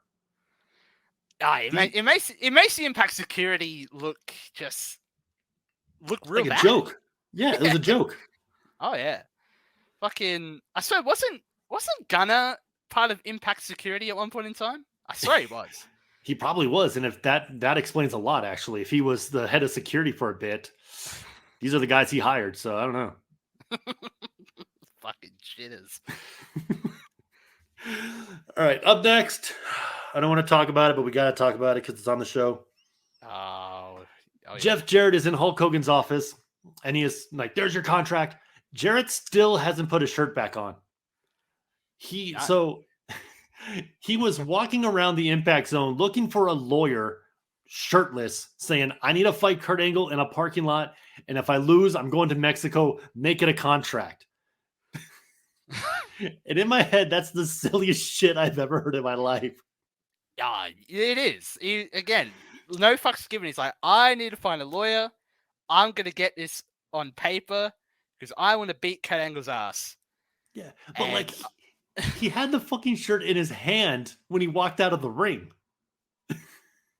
No, there's no time for that, brother. He needs to get the match in writing. That's the dumbest shit ever. I don't know why. It just made me laugh so hard that Jarrett was still shirtless during this time. Or during the shot. It was so dumb. Oh, fuck. But the contract got signed, so it's going to be Jarrett versus Kurt Angle in a parking lot showdown is what they call it. Later on tonight. Hogan then calls him the King of Kings as he walks out of the office. And I was like, dude, if you guys are taking shots at Triple H, just do it. Don't kind of ha. But then I was also like thinking, what if they were trying to set up for Triple H to come to Impact? And how big would that have been? Well, I mean, I'm thinking around this time, it's 2011. Triple H he's part-time. He is part-time. Yeah. The definition of a part-timer now. I don't think Triple H would have even budged at a Impact contract offer, in my opinion. Oh, if they gave him the right amount of money, he would have. I guarantee it. Well, Triple H to just bury fucking Gunner and Mr. Anderson and RVD. Oh yeah, he's already buried half the company. Why not come into Impact and do the other half?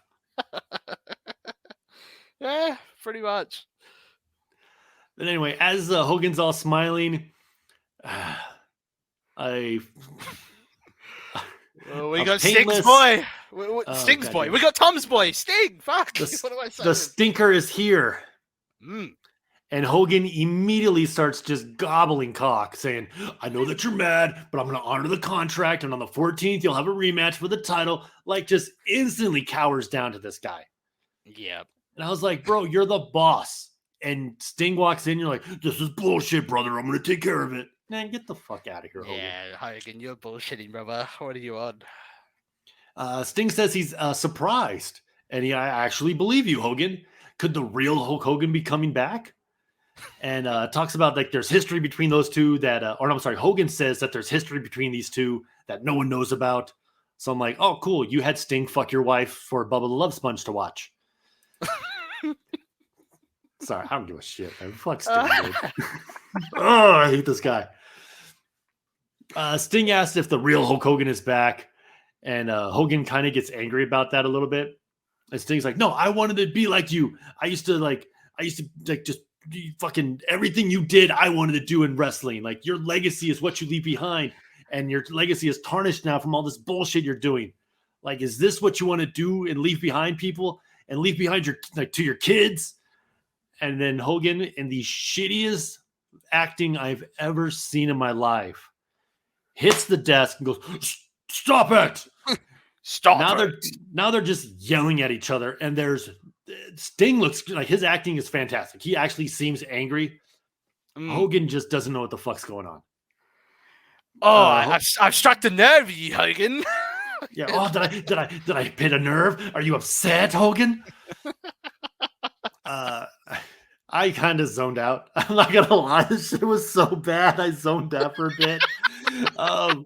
Hogan tries to kick out Sting, and Sting's like, "No, I'm not leaving." And they're like standing face to face now, and you can see. And I know this is why Matt chose the fucking episode, because he wanted to get back at me for the Jesse Ventura shit. But you can see Sting turning into the Joker Sting right in front of our eyes. Like, this has to be the first time he started going crazy like that. Yeah, that's what I was thinking. I'm like, this is definitely the birth of Joker Sting. It's gotta be. Like, he starts screaming at Hogan, calling him Terry, like breaking kayfabe, brother. Eventually throws Terry back into the chair and then mounts him. And I was like, ooh, sexy time for Sting. He's like, you want to wear paint? And starts putting face paint on him, but we can't see it because, like, the way the window is, it's blocking everything.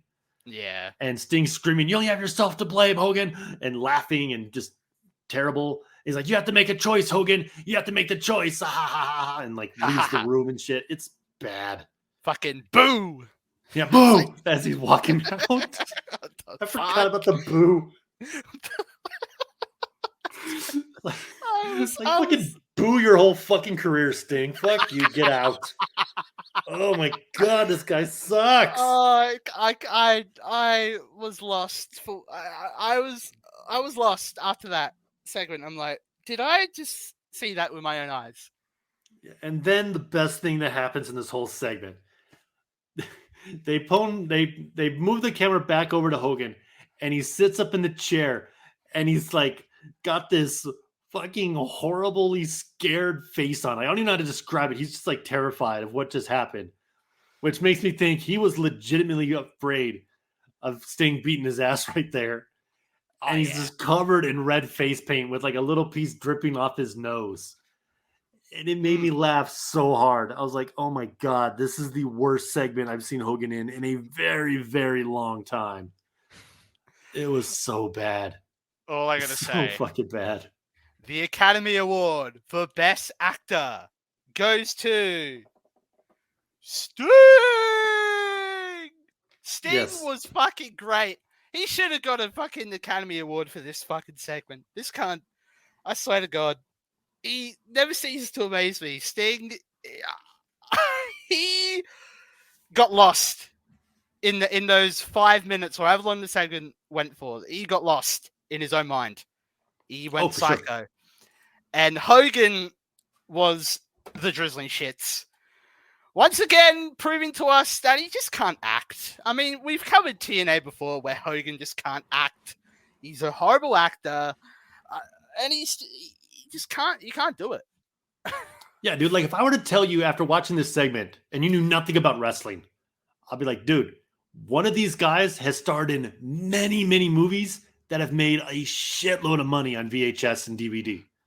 You'd be like, oh, the guy yelling, the crazy one. Like, nah, the old bastard in the mustache.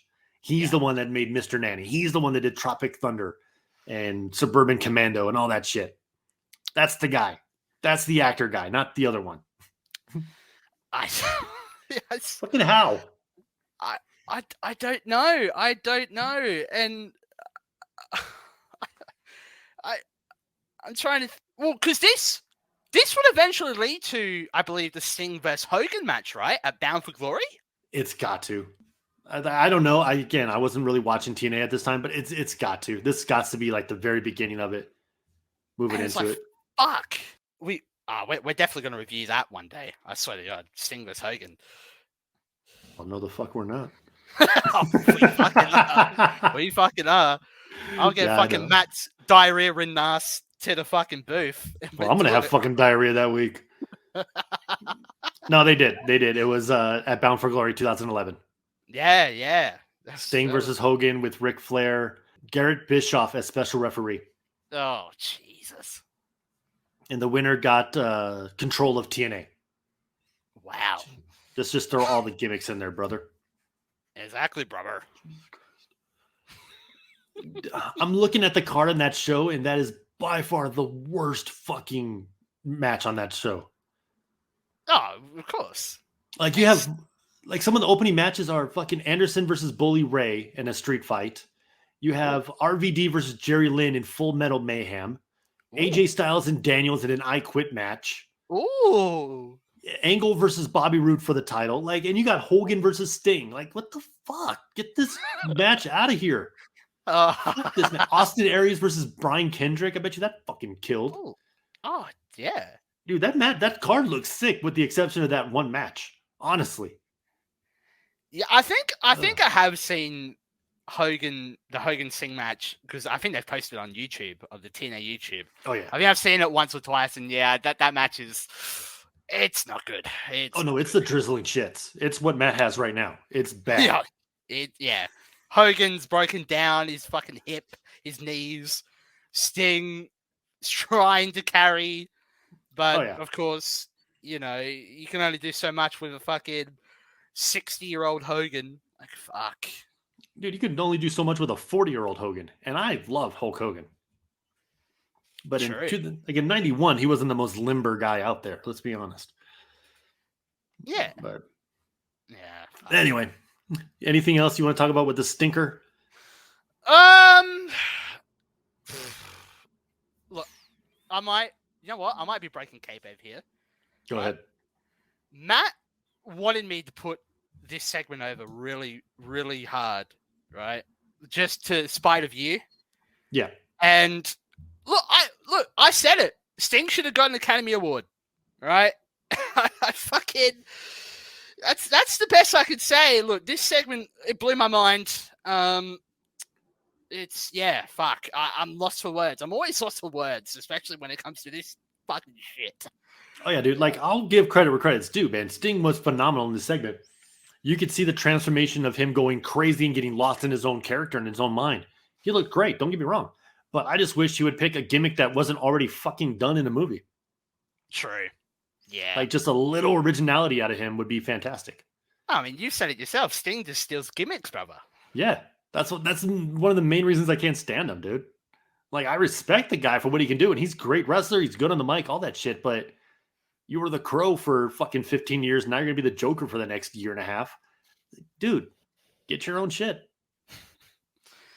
Like, I'm surprised he's not trying to be fucking Avatar in goddamn AEW right now. Fucking Avatar Sting. That was the first movie that popped in my head. I don't know why. But I would love to see Barbie Girl Sting come out too. That'd be fucking dope. Just in the pink face paint. Barbie Girl Sting. Fuck. I'm with Ken. Darby Allin's dressed as Ken. Oh fuck! No. Try Tony Khan. You can book it, brother. Don't be a coward. Make him do it. Exactly, mate. Draw the ratings. That's what the fans want, brother. Oh shit! All right, enough of that. Enough of Sting. Yep. I'm tired of talking about that asshole. Yeah, fuck you, Sting. Yeah, fuck you, Sting. Next, we got ODB and Jackie backstage talking shit about the knockouts, pretty much saying that all these bitches are nothing. We're the real deal. We're not some Barbie girl type of girls. We like to fight. Yeah. I forgot how much I love Jackie, straight up, because they start talking about Velvet Sky, and ODB's kind of cutting a promo, and then Jackie's like, "Yeah, screw that skinny bitch. fucking out of nowhere, and it made me laugh so hard. Screw that skinny biatch. Yes. Fuck, I love Miss Jackie. And then ODB said something about, I think Velvet's like poo-tang all over the management to get booked higher. And then, and she also mentioned, oh, you want my box of fucking donuts? You're not going to get my box of donuts. I'm like, what the fuck? Why are we bringing donuts into this? What the fuck? Gotta love the donut talk, man. We get more donut talk later. Just a little hint. But as they're sitting there talking shit, Velvet Sky, in the dumbest fucking move possible, decides to attack both women by herself. And it didn't work at all because they just fuck her up. And it made me laugh very hard. I was like, how stupid are you? These two women just beat the shit out of you in the ring. So let me attack them backstage because that'll work. No, it doesn't. I mean, I think we've made it clear that Velvet has no brains at all. I know, but this solidified it for sure. Yeah, well, for sure. I mean, that is probably one of the dumbest moves you could do. Mm-hmm. And she did it. Yeah. All right, then they go backstage. Austin Aries is in the locker room, I'm assuming. And he's talking to somebody, and I don't know who this is. Like, he looks familiar, and I guess he's like the TV star or whatever, because he gets into it with Eric Young here in a second. I have no clue who this dude is. I could not tell you who this guy is to save my life. Like, I want to say he was in the Wonder Years, but I honestly don't know. And feel free to yell at me on Twitter about it. I honestly don't know who this fucking guy is. But Eric Young comes out. Sorry, go ahead. Oh, I was just about to say, your guess is as good as mine. Okay, cool. Yeah. Drizzling Shits Matt is yelling at us right now, like, oh, it's this fucking guy. And it's fucking Johnny McSackfuck. Yeah. Johnny McSackfuck is an awesome name. Holy shit. Oh, damn, that popped me. Fuck ass. Goddamn. So Eric Young comes out and he challenges that Johnny McSackfuck or whatever the hell you called him to a match. And he said, yo, you're a TV star, so this is for the TV title. Come on. He starts like slapping his chest like he's getting ready to fight. And the dude's like, I'm not. What the fuck are you talking about?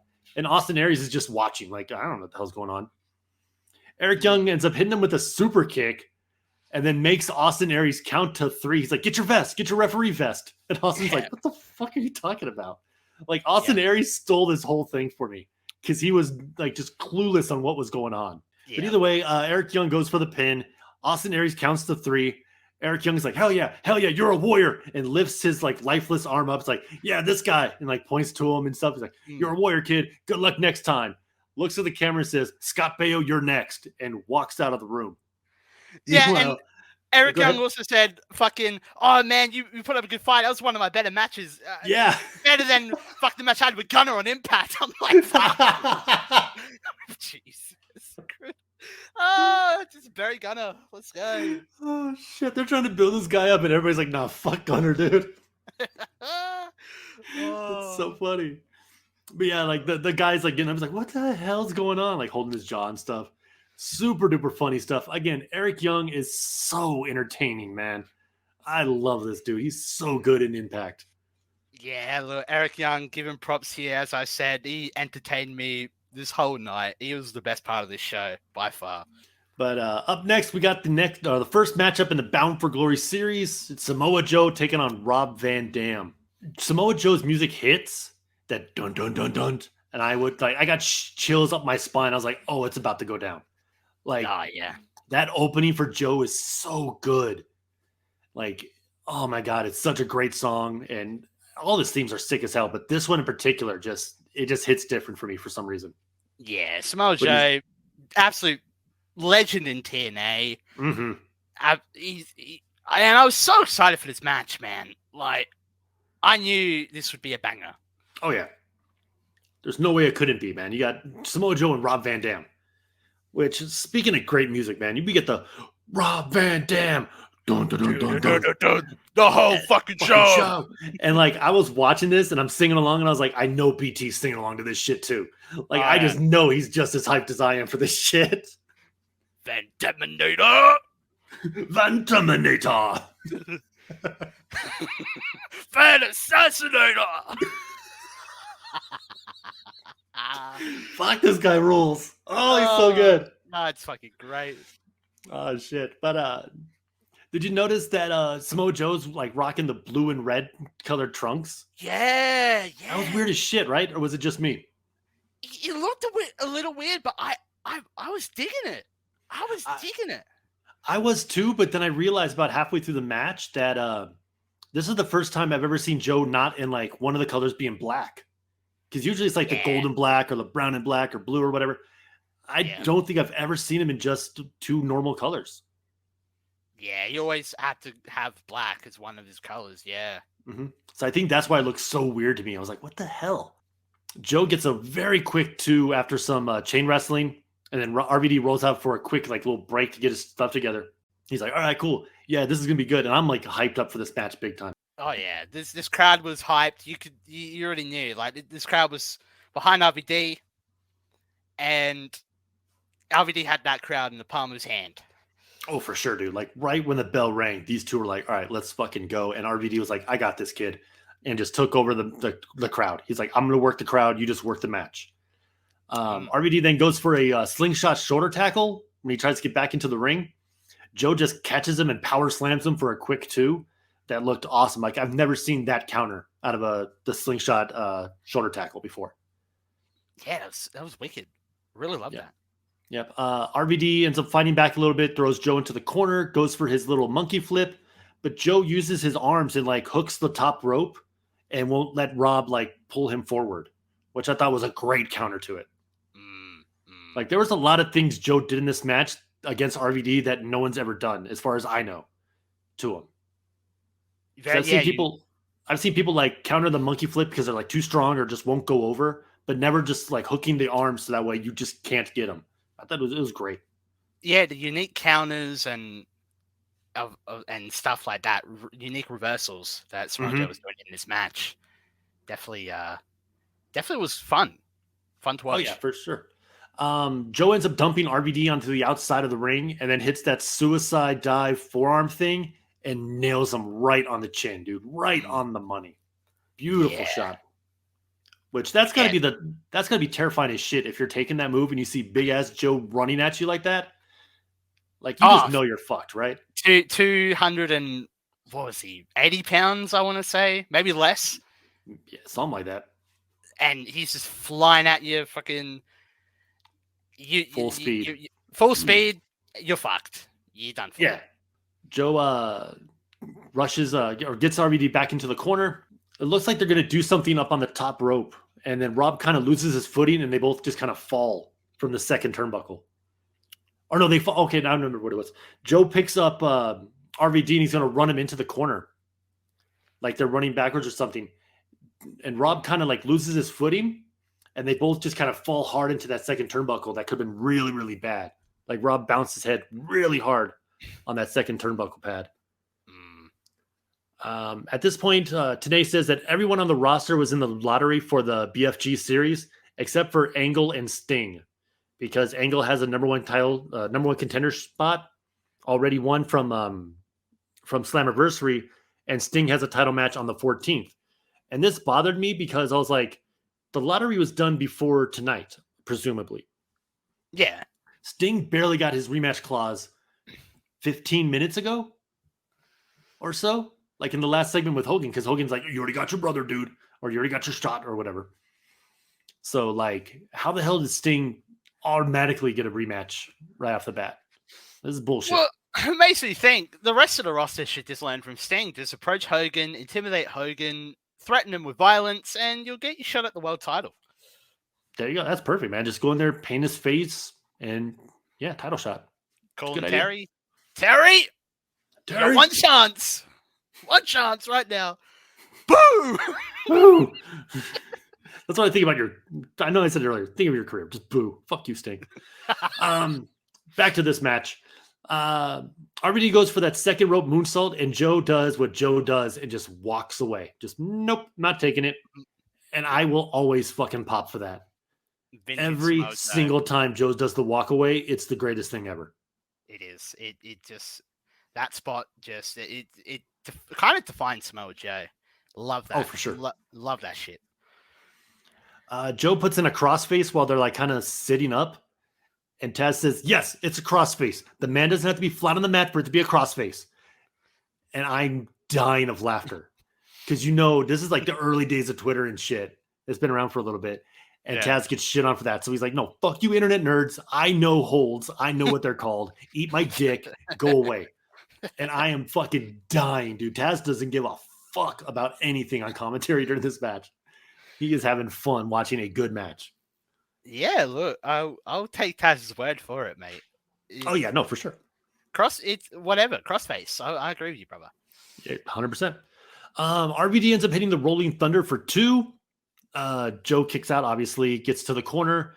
RVD goes for another monkey splash or a monkey flip, I think. Joe catches him and hits him with that corner uranagi. That is always just a devastating fucking slam. Yeah. Every single time it's like, God, that's Concussion City, man. You got to stop doing that. But it looks great every time. Yeah, look, it looks, as you said, looks great, but those brain cells are losing. You're losing more and more after every time you take that. Fucking. Oh, yeah. That's why Joe doesn't fight the same guy 6 weeks in a row. Like, he fights one, and then it's a few weeks before he fights him again. Yeah. No. Not doing that every week. No, fuck no. You can't afford it. Joe sets him up for the muscle buster. RVD ends up fighting out of it. They go for Joe then goes for a second rope superplex. RVD fights out of it again, kind of pushes him down, hits the 5-star frog splash for 3. RVD gets 7 big points in the series.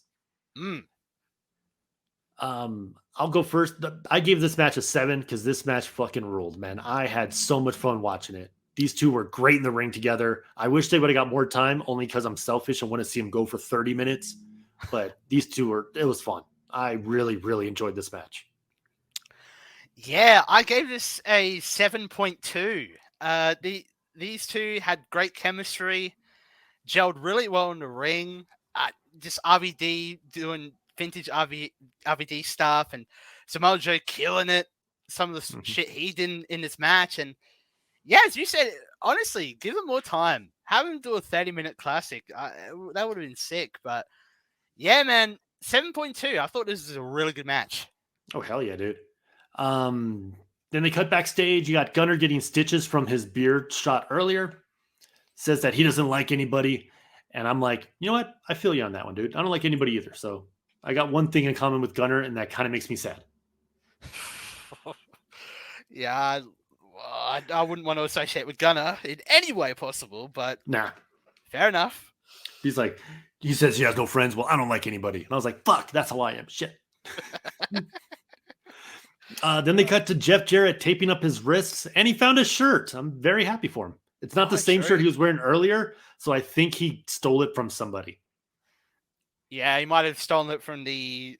I'd like to imagine TNA have like a lost and found section where it's just lost shirt.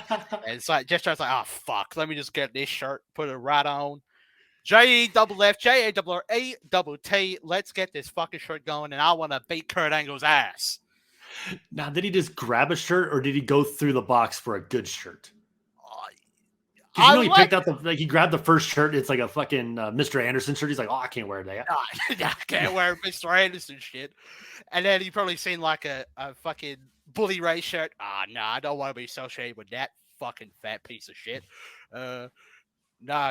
This one's real good. I like this one. This is Jerry's Motorways. I'm all for that shit. But before we get to that match, we've got one other match. We've got Gunner taking on Mr. Anderson. Gunner comes out with Bischoff, and they talk about something up on the top of the ramp, and then they just kind of shake hands, and Gunner starts walking down. And apparently Gunner pinned the world champion at the time, Sting, last week on Impact in a tag team match, which I was like, oh, that's kind of cool. They're really trying to put him over, having him pin the world champion like that. Right on. Yeah. Then all of a sudden you just get the Mister, and I got excited again because I love this dude. Yep. And Anderson comes out, and there's no belt. And it's like, dude, this is your first match as world champion, and you don't come out with the belt? True. What are you doing? He had no fucking belt, yeah. That's kind of a noob move there from Mr. Anderson. Like you got to show off your world champion. Of course. Like that's fucking rookie shit 101, man. You got to have the belt on at all times. Fuck, maybe I don't know. I don't know what he was thinking. No, man, it drove me crazy. Like I'm not gonna lie, that pissed me off so much. I was like, but not only that, but he doesn't do the full-blown Anderson intro where he introduces himself. Yeah. Like he didn't call down for the microphone in the beginning. And I was like, what the fuck? No. The two things you're supposed to do, the two things I got excited for when you first came out was the mic drop and the belt in your gear. And I got neither of those. What the hell? Well, I mean, we're going to see why with the mic stuff a little bit later in this match, but... Yeah, I know, but I was pissed at the moment. In the moment, I was very, very upset. Like, I get no belt, no mic. Fuck this guy. Oh, yeah. I agree. Fuck that shit. Then, for a third fucking strike against Anderson, he takes off his shirt, and I saw the gear. That looked horrible. The blue with the little yellow circles. Yeah. And do you know where that's from? Honestly, do you know why he's wearing that? I don't. Okay. This is gonna shock you, but I love NFL football. Okay, and yeah. My whole family are Green Bay Packer fans, like Ken Anderson is. Mm. The gear he's wearing is a throwback to the Green Bay Packers original jerseys. The Blues, they used to wear blue jerseys with a giant yellow circle on it back in like the fucking 40s. Like way back when. So and they recently brought those back as like a third jersey around this time. I think it was. So that's why I had like the number on there and then his name above the yellow circle on his ass. Like that's what it was. It was a throwback to those jerseys because it looked exactly like them. Okay. So I was like, all right, a little shout out because that's original and like really a cool thing for like Packer fans to know. But still, bro, the gear looked like shit. Like that's it was shit. Like the blue with the yellow, I don't know. It's just not it. Like just rock the fucking green or do. Actually, I was trying to think maybe do yellow on blue, but no, that would have probably been worse. Just don't do the fucking circles. Just do your normal shit. Just put Anderson across your ass, put a microphone on your cock, and fucking rock them, dude. Yeah. That's the gear. Make them fucking blue with the microphone and Anderson and silver. There you go. Easy peasy. Yeah, just fucking made it too complicated, though. He decided I'm going to go fucking Green Bay Packers throwbacks that are ugly as shit. But anyway. Yeah. Like this guy pissed me off so much in this fucking entrance. So the match starts. Gunner just starts immediately taking it to Anderson. Just starts beating the shit out of him. Anderson jumps outside, but Gunner follows him up. They go back inside, and Anderson ends up hitting a spinning neck breaker for 2. And right here, Taz is talking about how like Anderson may look like he's running away, but he's actually luring in Gunner to try to get the younger guy off balance or whatever. Like Taz is trying to sell like the psychology of the match, but it's not quite working. At least for me. I was like, he is, but he's not. He's being a coward and running away because he's a shitbag heel. Exactly. No, I agree. Like Taz is trying to put over like, Anderson's a veteran. He's fooling the rookie Gunner into, but no, Anderson's just a shitbag. A fucking coward. Yeah, I agree. Yeah. Anderson starts working over the neck for a bit, and this match started to drag for me.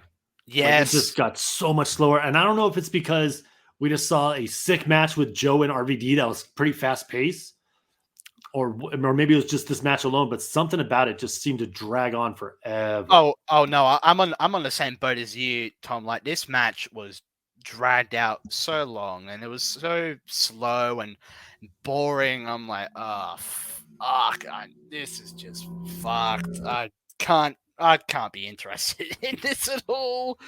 This is shit. Oh yeah. Okay, good. I'm glad I wasn't the only one thinking that during this match because I was like, this is rough. Anderson ends up going for his little flipping senton from the top, like a swanton dive. I don't know what he calls it, but he misses it. Gunner starts coming back, gets a couple quick 2 counts. And Anderson ends up hitting, I think it's called the Green Bay plunge, where he puts him up on the shoulders and does the flip. Yeah, I think that's the Green Bay plunge, yeah. Yeah, I couldn't remember what it was called. So I remember what the mic check was. That was his like finishing move or whatever the fuck. His downward spiral. But I couldn't remember what this one was called. Yeah. But after he hits that, he gets the 2 count, and then Anderson calls for the mic, and I'm like, oh, cool, finally we get the mic drop, which is always cool as shit.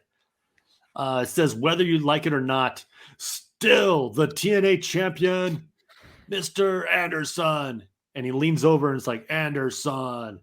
And then Gunner like starts beating him up. Like I forgot it was so quick. Like I was like, what the hell happened? And next thing I know, like Anderson's up on Gunner's shoulders and Gunner hits the F5, gets the 3 count and ends up winning. Like it was 2 weeks in a row, Gunner pinned the world champion, which is insane. Yeah. That is crazy. You wouldn't WWE wouldn't probably book most young guys like that to beat like the world champion twice in a week. Oh God, no. Hell no. And for TNA to do this with Gunner, like they were clearly high on this guy, and they was definitely think Gunner would be their next big thing. Kind of no pun intended with the Brock Lesnar and the F5 that he did. But, yeah, for sure, man. Like I expected them to do that with like Matt Morgan or like maybe I can't even think of anybody else. Like maybe Joe, maybe have RVD do it when he first showed up, but like Gunner, I never would have saw that coming. Oh yeah, fucking. So Gunner. I mean, and that's not a bad thing in my opinion. I think that's great. I think more wrestling shows should do that. Should put over younger guys and just like, oh look, we're going to try to push this dude, have him beat the world champion twice in a row, even though it's 2 different guys. It's like, holy shit, yeah, this guy might be a contender. Oh, for sure. They should do that more. Oh, yeah. Bischoff comes out and he starts clapping, like very happy for Gunner. And I just wrote here again, Gunner could have been a legit contender, man. He really could have. But he decided to be a sack of garbage. Yeah. Rating-wise, I gave this match a 3. It was just boring as shit. Like, I like both these guys. I liked watching them, like I said, but this match sucked. It was so slow. I gave it a 5.5.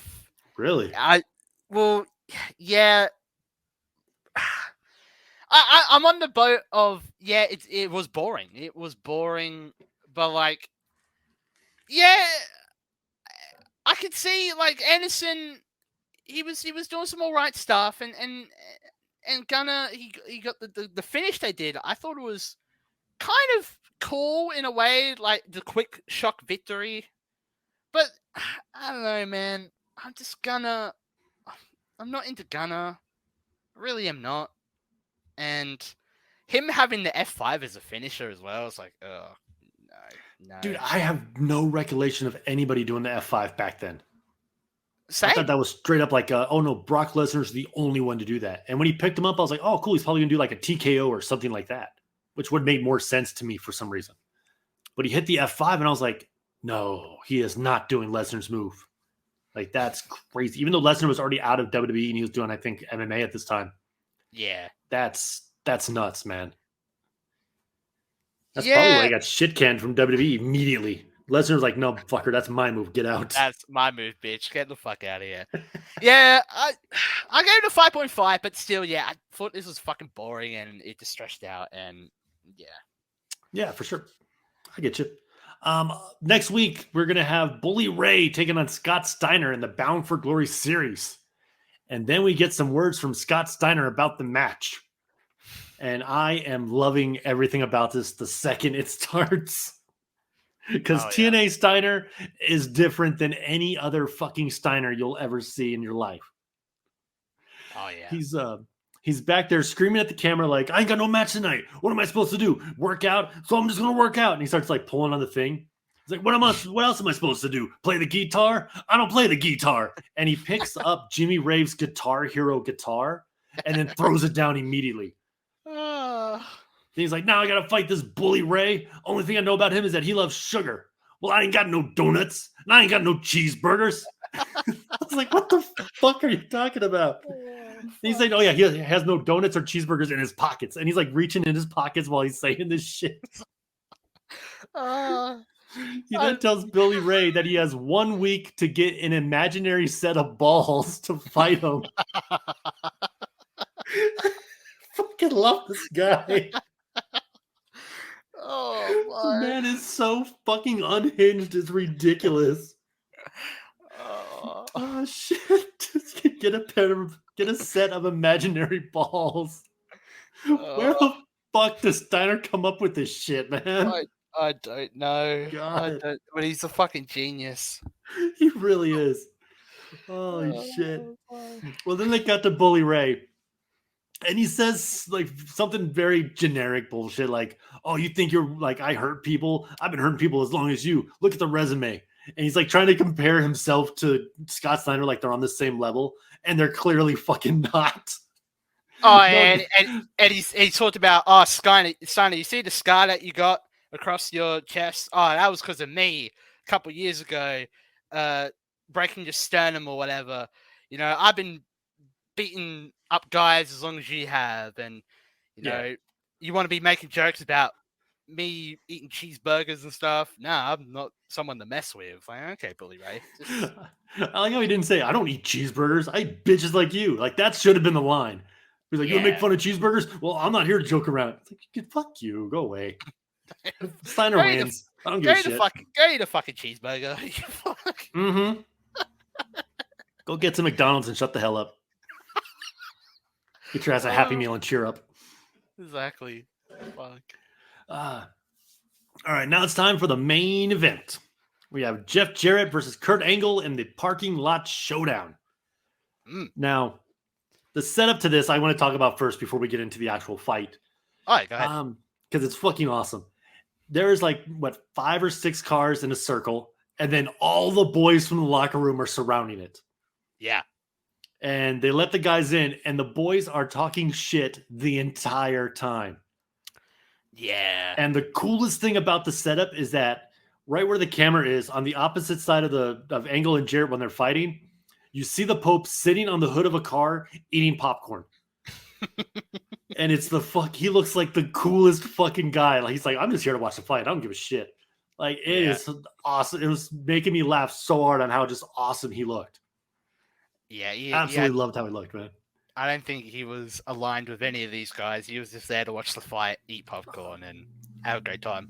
Oh yeah, dude. He was doing the same thing he was when he was sitting next to Devon's kids earlier in the night. Just, I'm gonna eat some popcorn and just fucking chill. I don't care. I'm having a good time. But so 2 guys are in there, and I wrote down, this is a fight between 2 middle-aged men where if one loses, he'll move to another country. This is the most pro wrestling shit I've ever seen in my life, because that sentence is so beautiful. In any other form of entertainment, it's ridiculous. But in this beautiful sport of wrestling, it makes total sense. And it's like, oh, yeah, we can see that. Yeah, exactly. Like, you've put the nail on the head there. Like, in any other form of entertainment, people are like, okay, this is a fucking joke. No, I don't believe it. I'm out. But in pro wrestling, it's like, yep, we can believe it. You know, if Jarrett loses, he's off to Mexico. If Angle loses, I guess he's out of TNA and he's out of Jarrett's life, and they're out in the parking lot. They're gonna fight 2 middle-aged men. Getting it on. Well, right away, Angle just starts fucking Jarrett up, and you could tell Jarrett has no idea how to have a real fight because Angle takes him down and is throwing hammers. Like he is trying his, like they're straight up stiff shots. Like he'll connect like 1 or 2 and then do like, "Oh, I missed you. Boom, boom, boom. Oh, look, I missed. Like he is laying in some shit. And I was like, yeah, he's getting some receipts back from the Karen Angle shit for sure.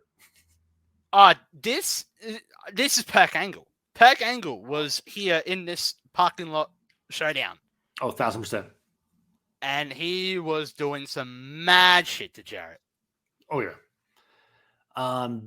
They showed Jarrett and he's already bleeding just from Angle punching him in the head. So I was like, oh shit, yeah. Few of those connected because there's no way Jarrett would have fucking cut himself back here. There's no way he would have bleeded. Oh no. Absolutely not. Angle then just slams Jarrett onto the ground. Like just fucking takes him down like it's nothing. Like it looked like it was supposed to be like a pro wrestling, like a belly to belly wrestling style, but he went full blown Olympic wrestling style and just slammed him. Just fucking slammed that motherfucker down. Yeah, straight onto the concrete. And I was like, oh, that would fucking suck. Oh, it sucks so bad. And Jarrett kind of landed on his hip too. Like he didn't land perfect. He just flopped down and that shit sucked. There's no way it didn't. Angle then picks him back up, walks him over, and like slams him into the hood of a car. Angle's then thrown very hard into a van by Jarrett, and Angle's like kind of on the ground or whatever. And Jarrett starts screaming, "I'll never leave TNA. I founded this motherfucker." And I was like, "Oh, it got real." Like I fell for it so bad, dude. I was full blown marking out. I was like, "This is the coolest shit ever. These two dudes are going to kill each other." Yeah, Jarrett then slams Angle face first into the ground, just kind of boom. And Jeff walks over, grabs the contract, was like, "I'm good to go," and starts walking away. And meanwhile, the boys are just yelling like, "Oh, he's not done yet, Jarrett. He's not done. Get up, Angle, get up." Like you hear them cheering. Bully Ray in particular was really rooting for Jarrett. Oh, yeah. For whatever reason. Throughout this showdown, I particularly heard just Bully Ray hyping up Jeff Jarrett in general. Kick his ass, Jarrett. Kick his ass. Stay on the man. Stay on the man. Yeah, dude, it was cool. It was really cool hearing shit like that from the boys. And like instead of hearing like Taz and Tenay over commentary, like I really liked the way they did this for sure. Oh yeah. But as Jeff's walking away, Angle gets up and he's like, "Oh, we're not done yet."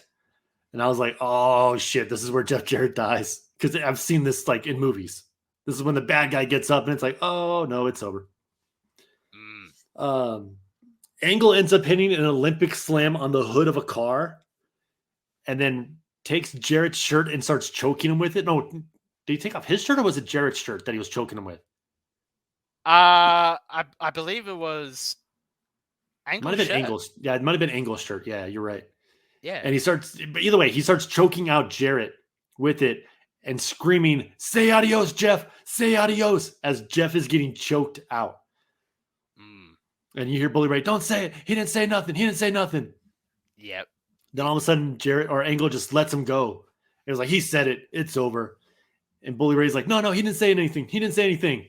Then the camera gets up on Jeff Jarrett, and Jarrett's like, "Adios, adios," and just kind of rolls over on his back, just saying adios over and over. And that's how the episode ended. And that's goodbye, adios, Jeff Jarrett, never to be seen in TNA again, I think. Well, yeah, that kind of made me curious. I'm like, oh man, I want to see where this goes because surely Jarrett's gone to Mexico. They should do vignettes. Fucking Jeff Jarrett in the Baja with fucking Ventura. Oh, no, JESSE. So, Jeff, I see you're in the Baja. I'll teach you a few things. Fuck. No, Jeff Jarrett just went down to Mexico, got drunk, and threw tortillas at wrestling fans. That's all he did. So I could see him doing that too. He did. He legitimately did that at Triple Mania. Fuck, did he? Yes. He got hammered, went out to be a heel, and threw tortillas at the Mexican wrestling fans in the audience. Oh my fucking god. Yeah, dude. I think Vampiro had to help him get out of the building because they were going to kill him. Like the wrestlers and the fans were like, "Yo, that's fucked up." And Fam's like, "Yeah, let's get your ass out of here." Oh, that is actually fucked. Yeah, dude, I'll find it and send it to you. But definitely look that shit up, man. It's so funny. I need to see that big time. What did you think of the match? Oh yeah, well I was going to say, we are rating this. I rated it just in case because it's technically a match because there was a legal document signed by somebody, brother. Well, I did rate it, and I gave it a 5.95. I thought it was all right. It was all right, you know, parking lot stuff. Kurt Angle absolutely went Perk Angle mode here, and yeah, those Olympic slams onto the concrete. I was feeling it. I was feeling Jeff Jarrett's pain there. And even Jeff Jarrett, he looked badass at times, you know, hitting the stroke on Angle, on the car and on the floor. And I honestly thought when Jarrett was walking away, I actually thought that might have been it. I'm like, oh fuck, okay, that's it. Jarrett wins, and Angle, he gets back up. He says, "Nah, we're not done yet." And Angle just he wins, and the whole end of just Jarrett saying adios. And it's like, wow, fuck. Oh, yeah, dude. Yeah, for sure, man. Like, Jarrett looked like a badass saying, "I'll never leave TNA. I founded this motherfucker." Like, it was like, you could hear the aggression in his voice. He was mad. And yeah, there were times where I was like, yo, Jeff is actually going to win this, and it's going to lead to one final loser leaves town match like later on.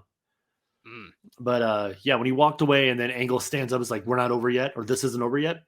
Oh shit, dude. Like, I've seen a lot of really shitty 90s action movies and they all end that way. So I was like, here we go.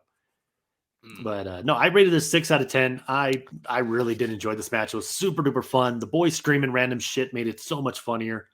I'm so happy there wasn't like a brawl that broke out, because I saw that happening too. Because you got all the good guys, all the bad guys, all rooting for each other, and something's going to happen.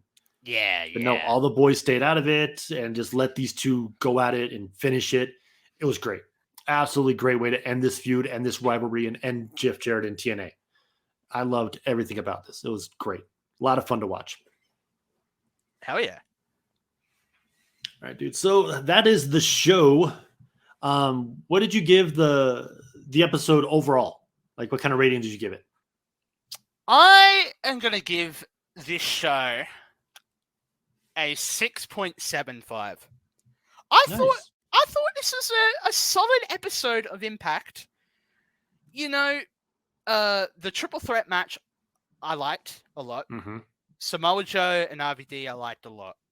I thought the tournament concepts they did for both the X Division and the Bound for Glory series, hyping that shit up, was cool and made me invested. Hell, even like, again, the knockouts tag, you know, wasn't the worst, but the finish sucked. Yeah. The opener had moments that were cool, but I didn't like the DQ, and I thought, honestly, the Anderson and Gunner was boring as fuck. Oh yeah. And then the parking lot stuff was cool to end the show on, and even the promos throughout the night. Yeah, Eric Young, as I said, he was the man that made this show for me. So entertaining, and fucking Sting and Hogan. Oh, that was wild. And even the ODB and Jackie as well. Like, it was just a wild episode. And I honestly, watch this episode. Anyone, watch this episode. You'll have a laugh. You will have a laugh, and you'll be entertained by some matches. I honestly recommend this episode. Oh, for sure, man. I gave it a 7. Pretty much for everything you just said as well. It was a really fun show, and it made me want to keep watching. Like, it was hard to turn off the next episode for sure. I liked all the matches for the most part. The Gunner versus Anderson was boring as shit. The tag team match for the knockout titles was whatever. They tried. It just didn't work out for whatever reason for me. Just something about it. You could tell they were off. They weren't really clicking. They were just kind of working to get to the finish with the ODB interaction and all that stuff. The opening match was, I liked it. Again, it went less than 2 minutes long, so it's like you can't really do a whole lot in less than 2 minutes, especially with two big guys like that. But I mean, it was fun. All the promo segments and all the like backstage stuff was great. There's not one segment I can say, oh, that was bad. Even Sting becoming Joker Sting, it was a good segment overall. But yeah, Eric Young, easily the most entertaining thing on this show. Right behind Taz, or right above Taz losing his shit when the women came out. Yeah, dude, this was good. This was a surprisingly good episode from this era of TNA. Yeah, I agree. Now time for the one that everybody gets excited for. Who is your Gronk of the night? Gronk of the night. Now, here's the thing. I'm kind of torn here in a way. Like, I'm going to be real. I want to give it to Gunner. But then I'm thinking in my head, like, was he that bad? Like, okay, he did the promo at the start of the show. And at best, I thought it was mid. It was mid of boring. I wasn't really invested. Okay, and then, he did the little, like, interview before his match. Okay, that was mid. And then he had the match, and that was mid. But I know I hate Gunner for other reasons, you know, outside of TNA. He was a piece of shit human. So maybe I shouldn't. I want to give him, but I'm not going to. I'm not going to give him Gronk of the night. I'm going to give Gronk of the night, and this is going to be my first time, 2-time Gronk of the night, Hogan. Oh, we're giving it to Hogan. because his fucking acting in that segment was god awful. Sting, and like, he's just terrible. Like, Hogan, you never cease to amaze me. Like, you've been in the wrestling business for so long, and you've been an actor, and you just are the drizzling shits when it comes to this sort of thing, and you just make me like face palm and when I have to give Sting credit for his goofy shit because Hogan was so bad, it's kind of crazy. It's kind of crazy. So it was a close one. I was thinking majority giving it to Gunner, but I gotta give it the edge to Hogan. Hogan's my Gronk of the night. Hogan's a damn good choice. I'm not gonna lie. He just sat there and took it while Sting was yelling at him in his face and then painting his face and everything like that. And if you have the largest arms in the world, you should be able to push off a man painting on your face. I agree. So that is a damn good choice. I've always looked at the Gronk of the night as in who's the dumbest person on this show? Who's the one that annoyed me the most and made the worst decision? And this week, even though he was only in for a little bit, I gave it to Matt Morgan. Because he was given an opportunity at the television title and decided, no, I'm in this tournament with 11 other guys, so I don't want a title shot right now, even though I could be a double champion very easily by beating Eric Young. Yeah. Who would pass up a title shot, especially that early in your career? Yeah, look, and it's Matt Morgan going up against Eric Young. Yeah. And like Matt Morgan wins all day long. 100%. You guarantee the title, and what? He'll still be in the Bound for Glory tournament. Yeah, exactly. Like if he wins the title, he doesn't lose his spot to Eric Young by no means. He's still in the tournament. So yeah, I that's a very good pick for Gronk of the night. Yeah, it's a bit of a weird one, but it's like, yeah, like the only other person that was even close to me was Velvet Sky attacking two gigantic women backstage by herself. Yeah. Like, well, you're a fucking idiot. But that's it. Like, yeah, it's not a fair one, yeah. Yeah, no, like as much as I want to give it to Sting, and trust me, I wanted to give it to Sting. He was really good in that promo. Like it was really, really good promo. I just hate that he's becoming Joker Sting. Like I despise Joker Sting the most out of all the Sting reincarnations and everything. Joker Sting's the worst. Or I wouldn't want to be given that info out, brother, because Matt or I could be picking more TNA episodes from this era, brother. No, go ahead. I'll watch the show. Just be prepared. I'm going to bitch about it. Oh, yeah. Oh, my. Damn. But anyway, that's the show for this week. Now we just got to send it off with one nice little bit of information. Mr. BT Savage, what are we reviewing next week?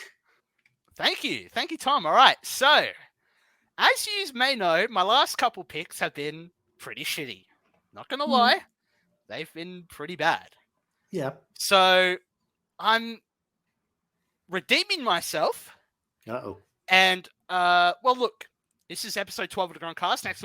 Next week will be episode 13. There we go. And what haven't we done yet? Surprisingly, we have not done an episode of SmackDown. Oh. So, what we're going to do is we're going to do an episode of SmackDown. And we're going to do the October 2nd, 2003 episode of SmackDown. Ooh, now, that's in my wheelhouse. Okay. I know last couple of weeks we've been doing little teasers, so I'm going to try my best to do a bit of teaser. Bit of tease. Right, so Eddie Guerrero will be wrestling on this show. Oh, I like him. The man who shall not be named, Crispin, will be on this show. I've heard of him. Yes. We got Cruiserweight action.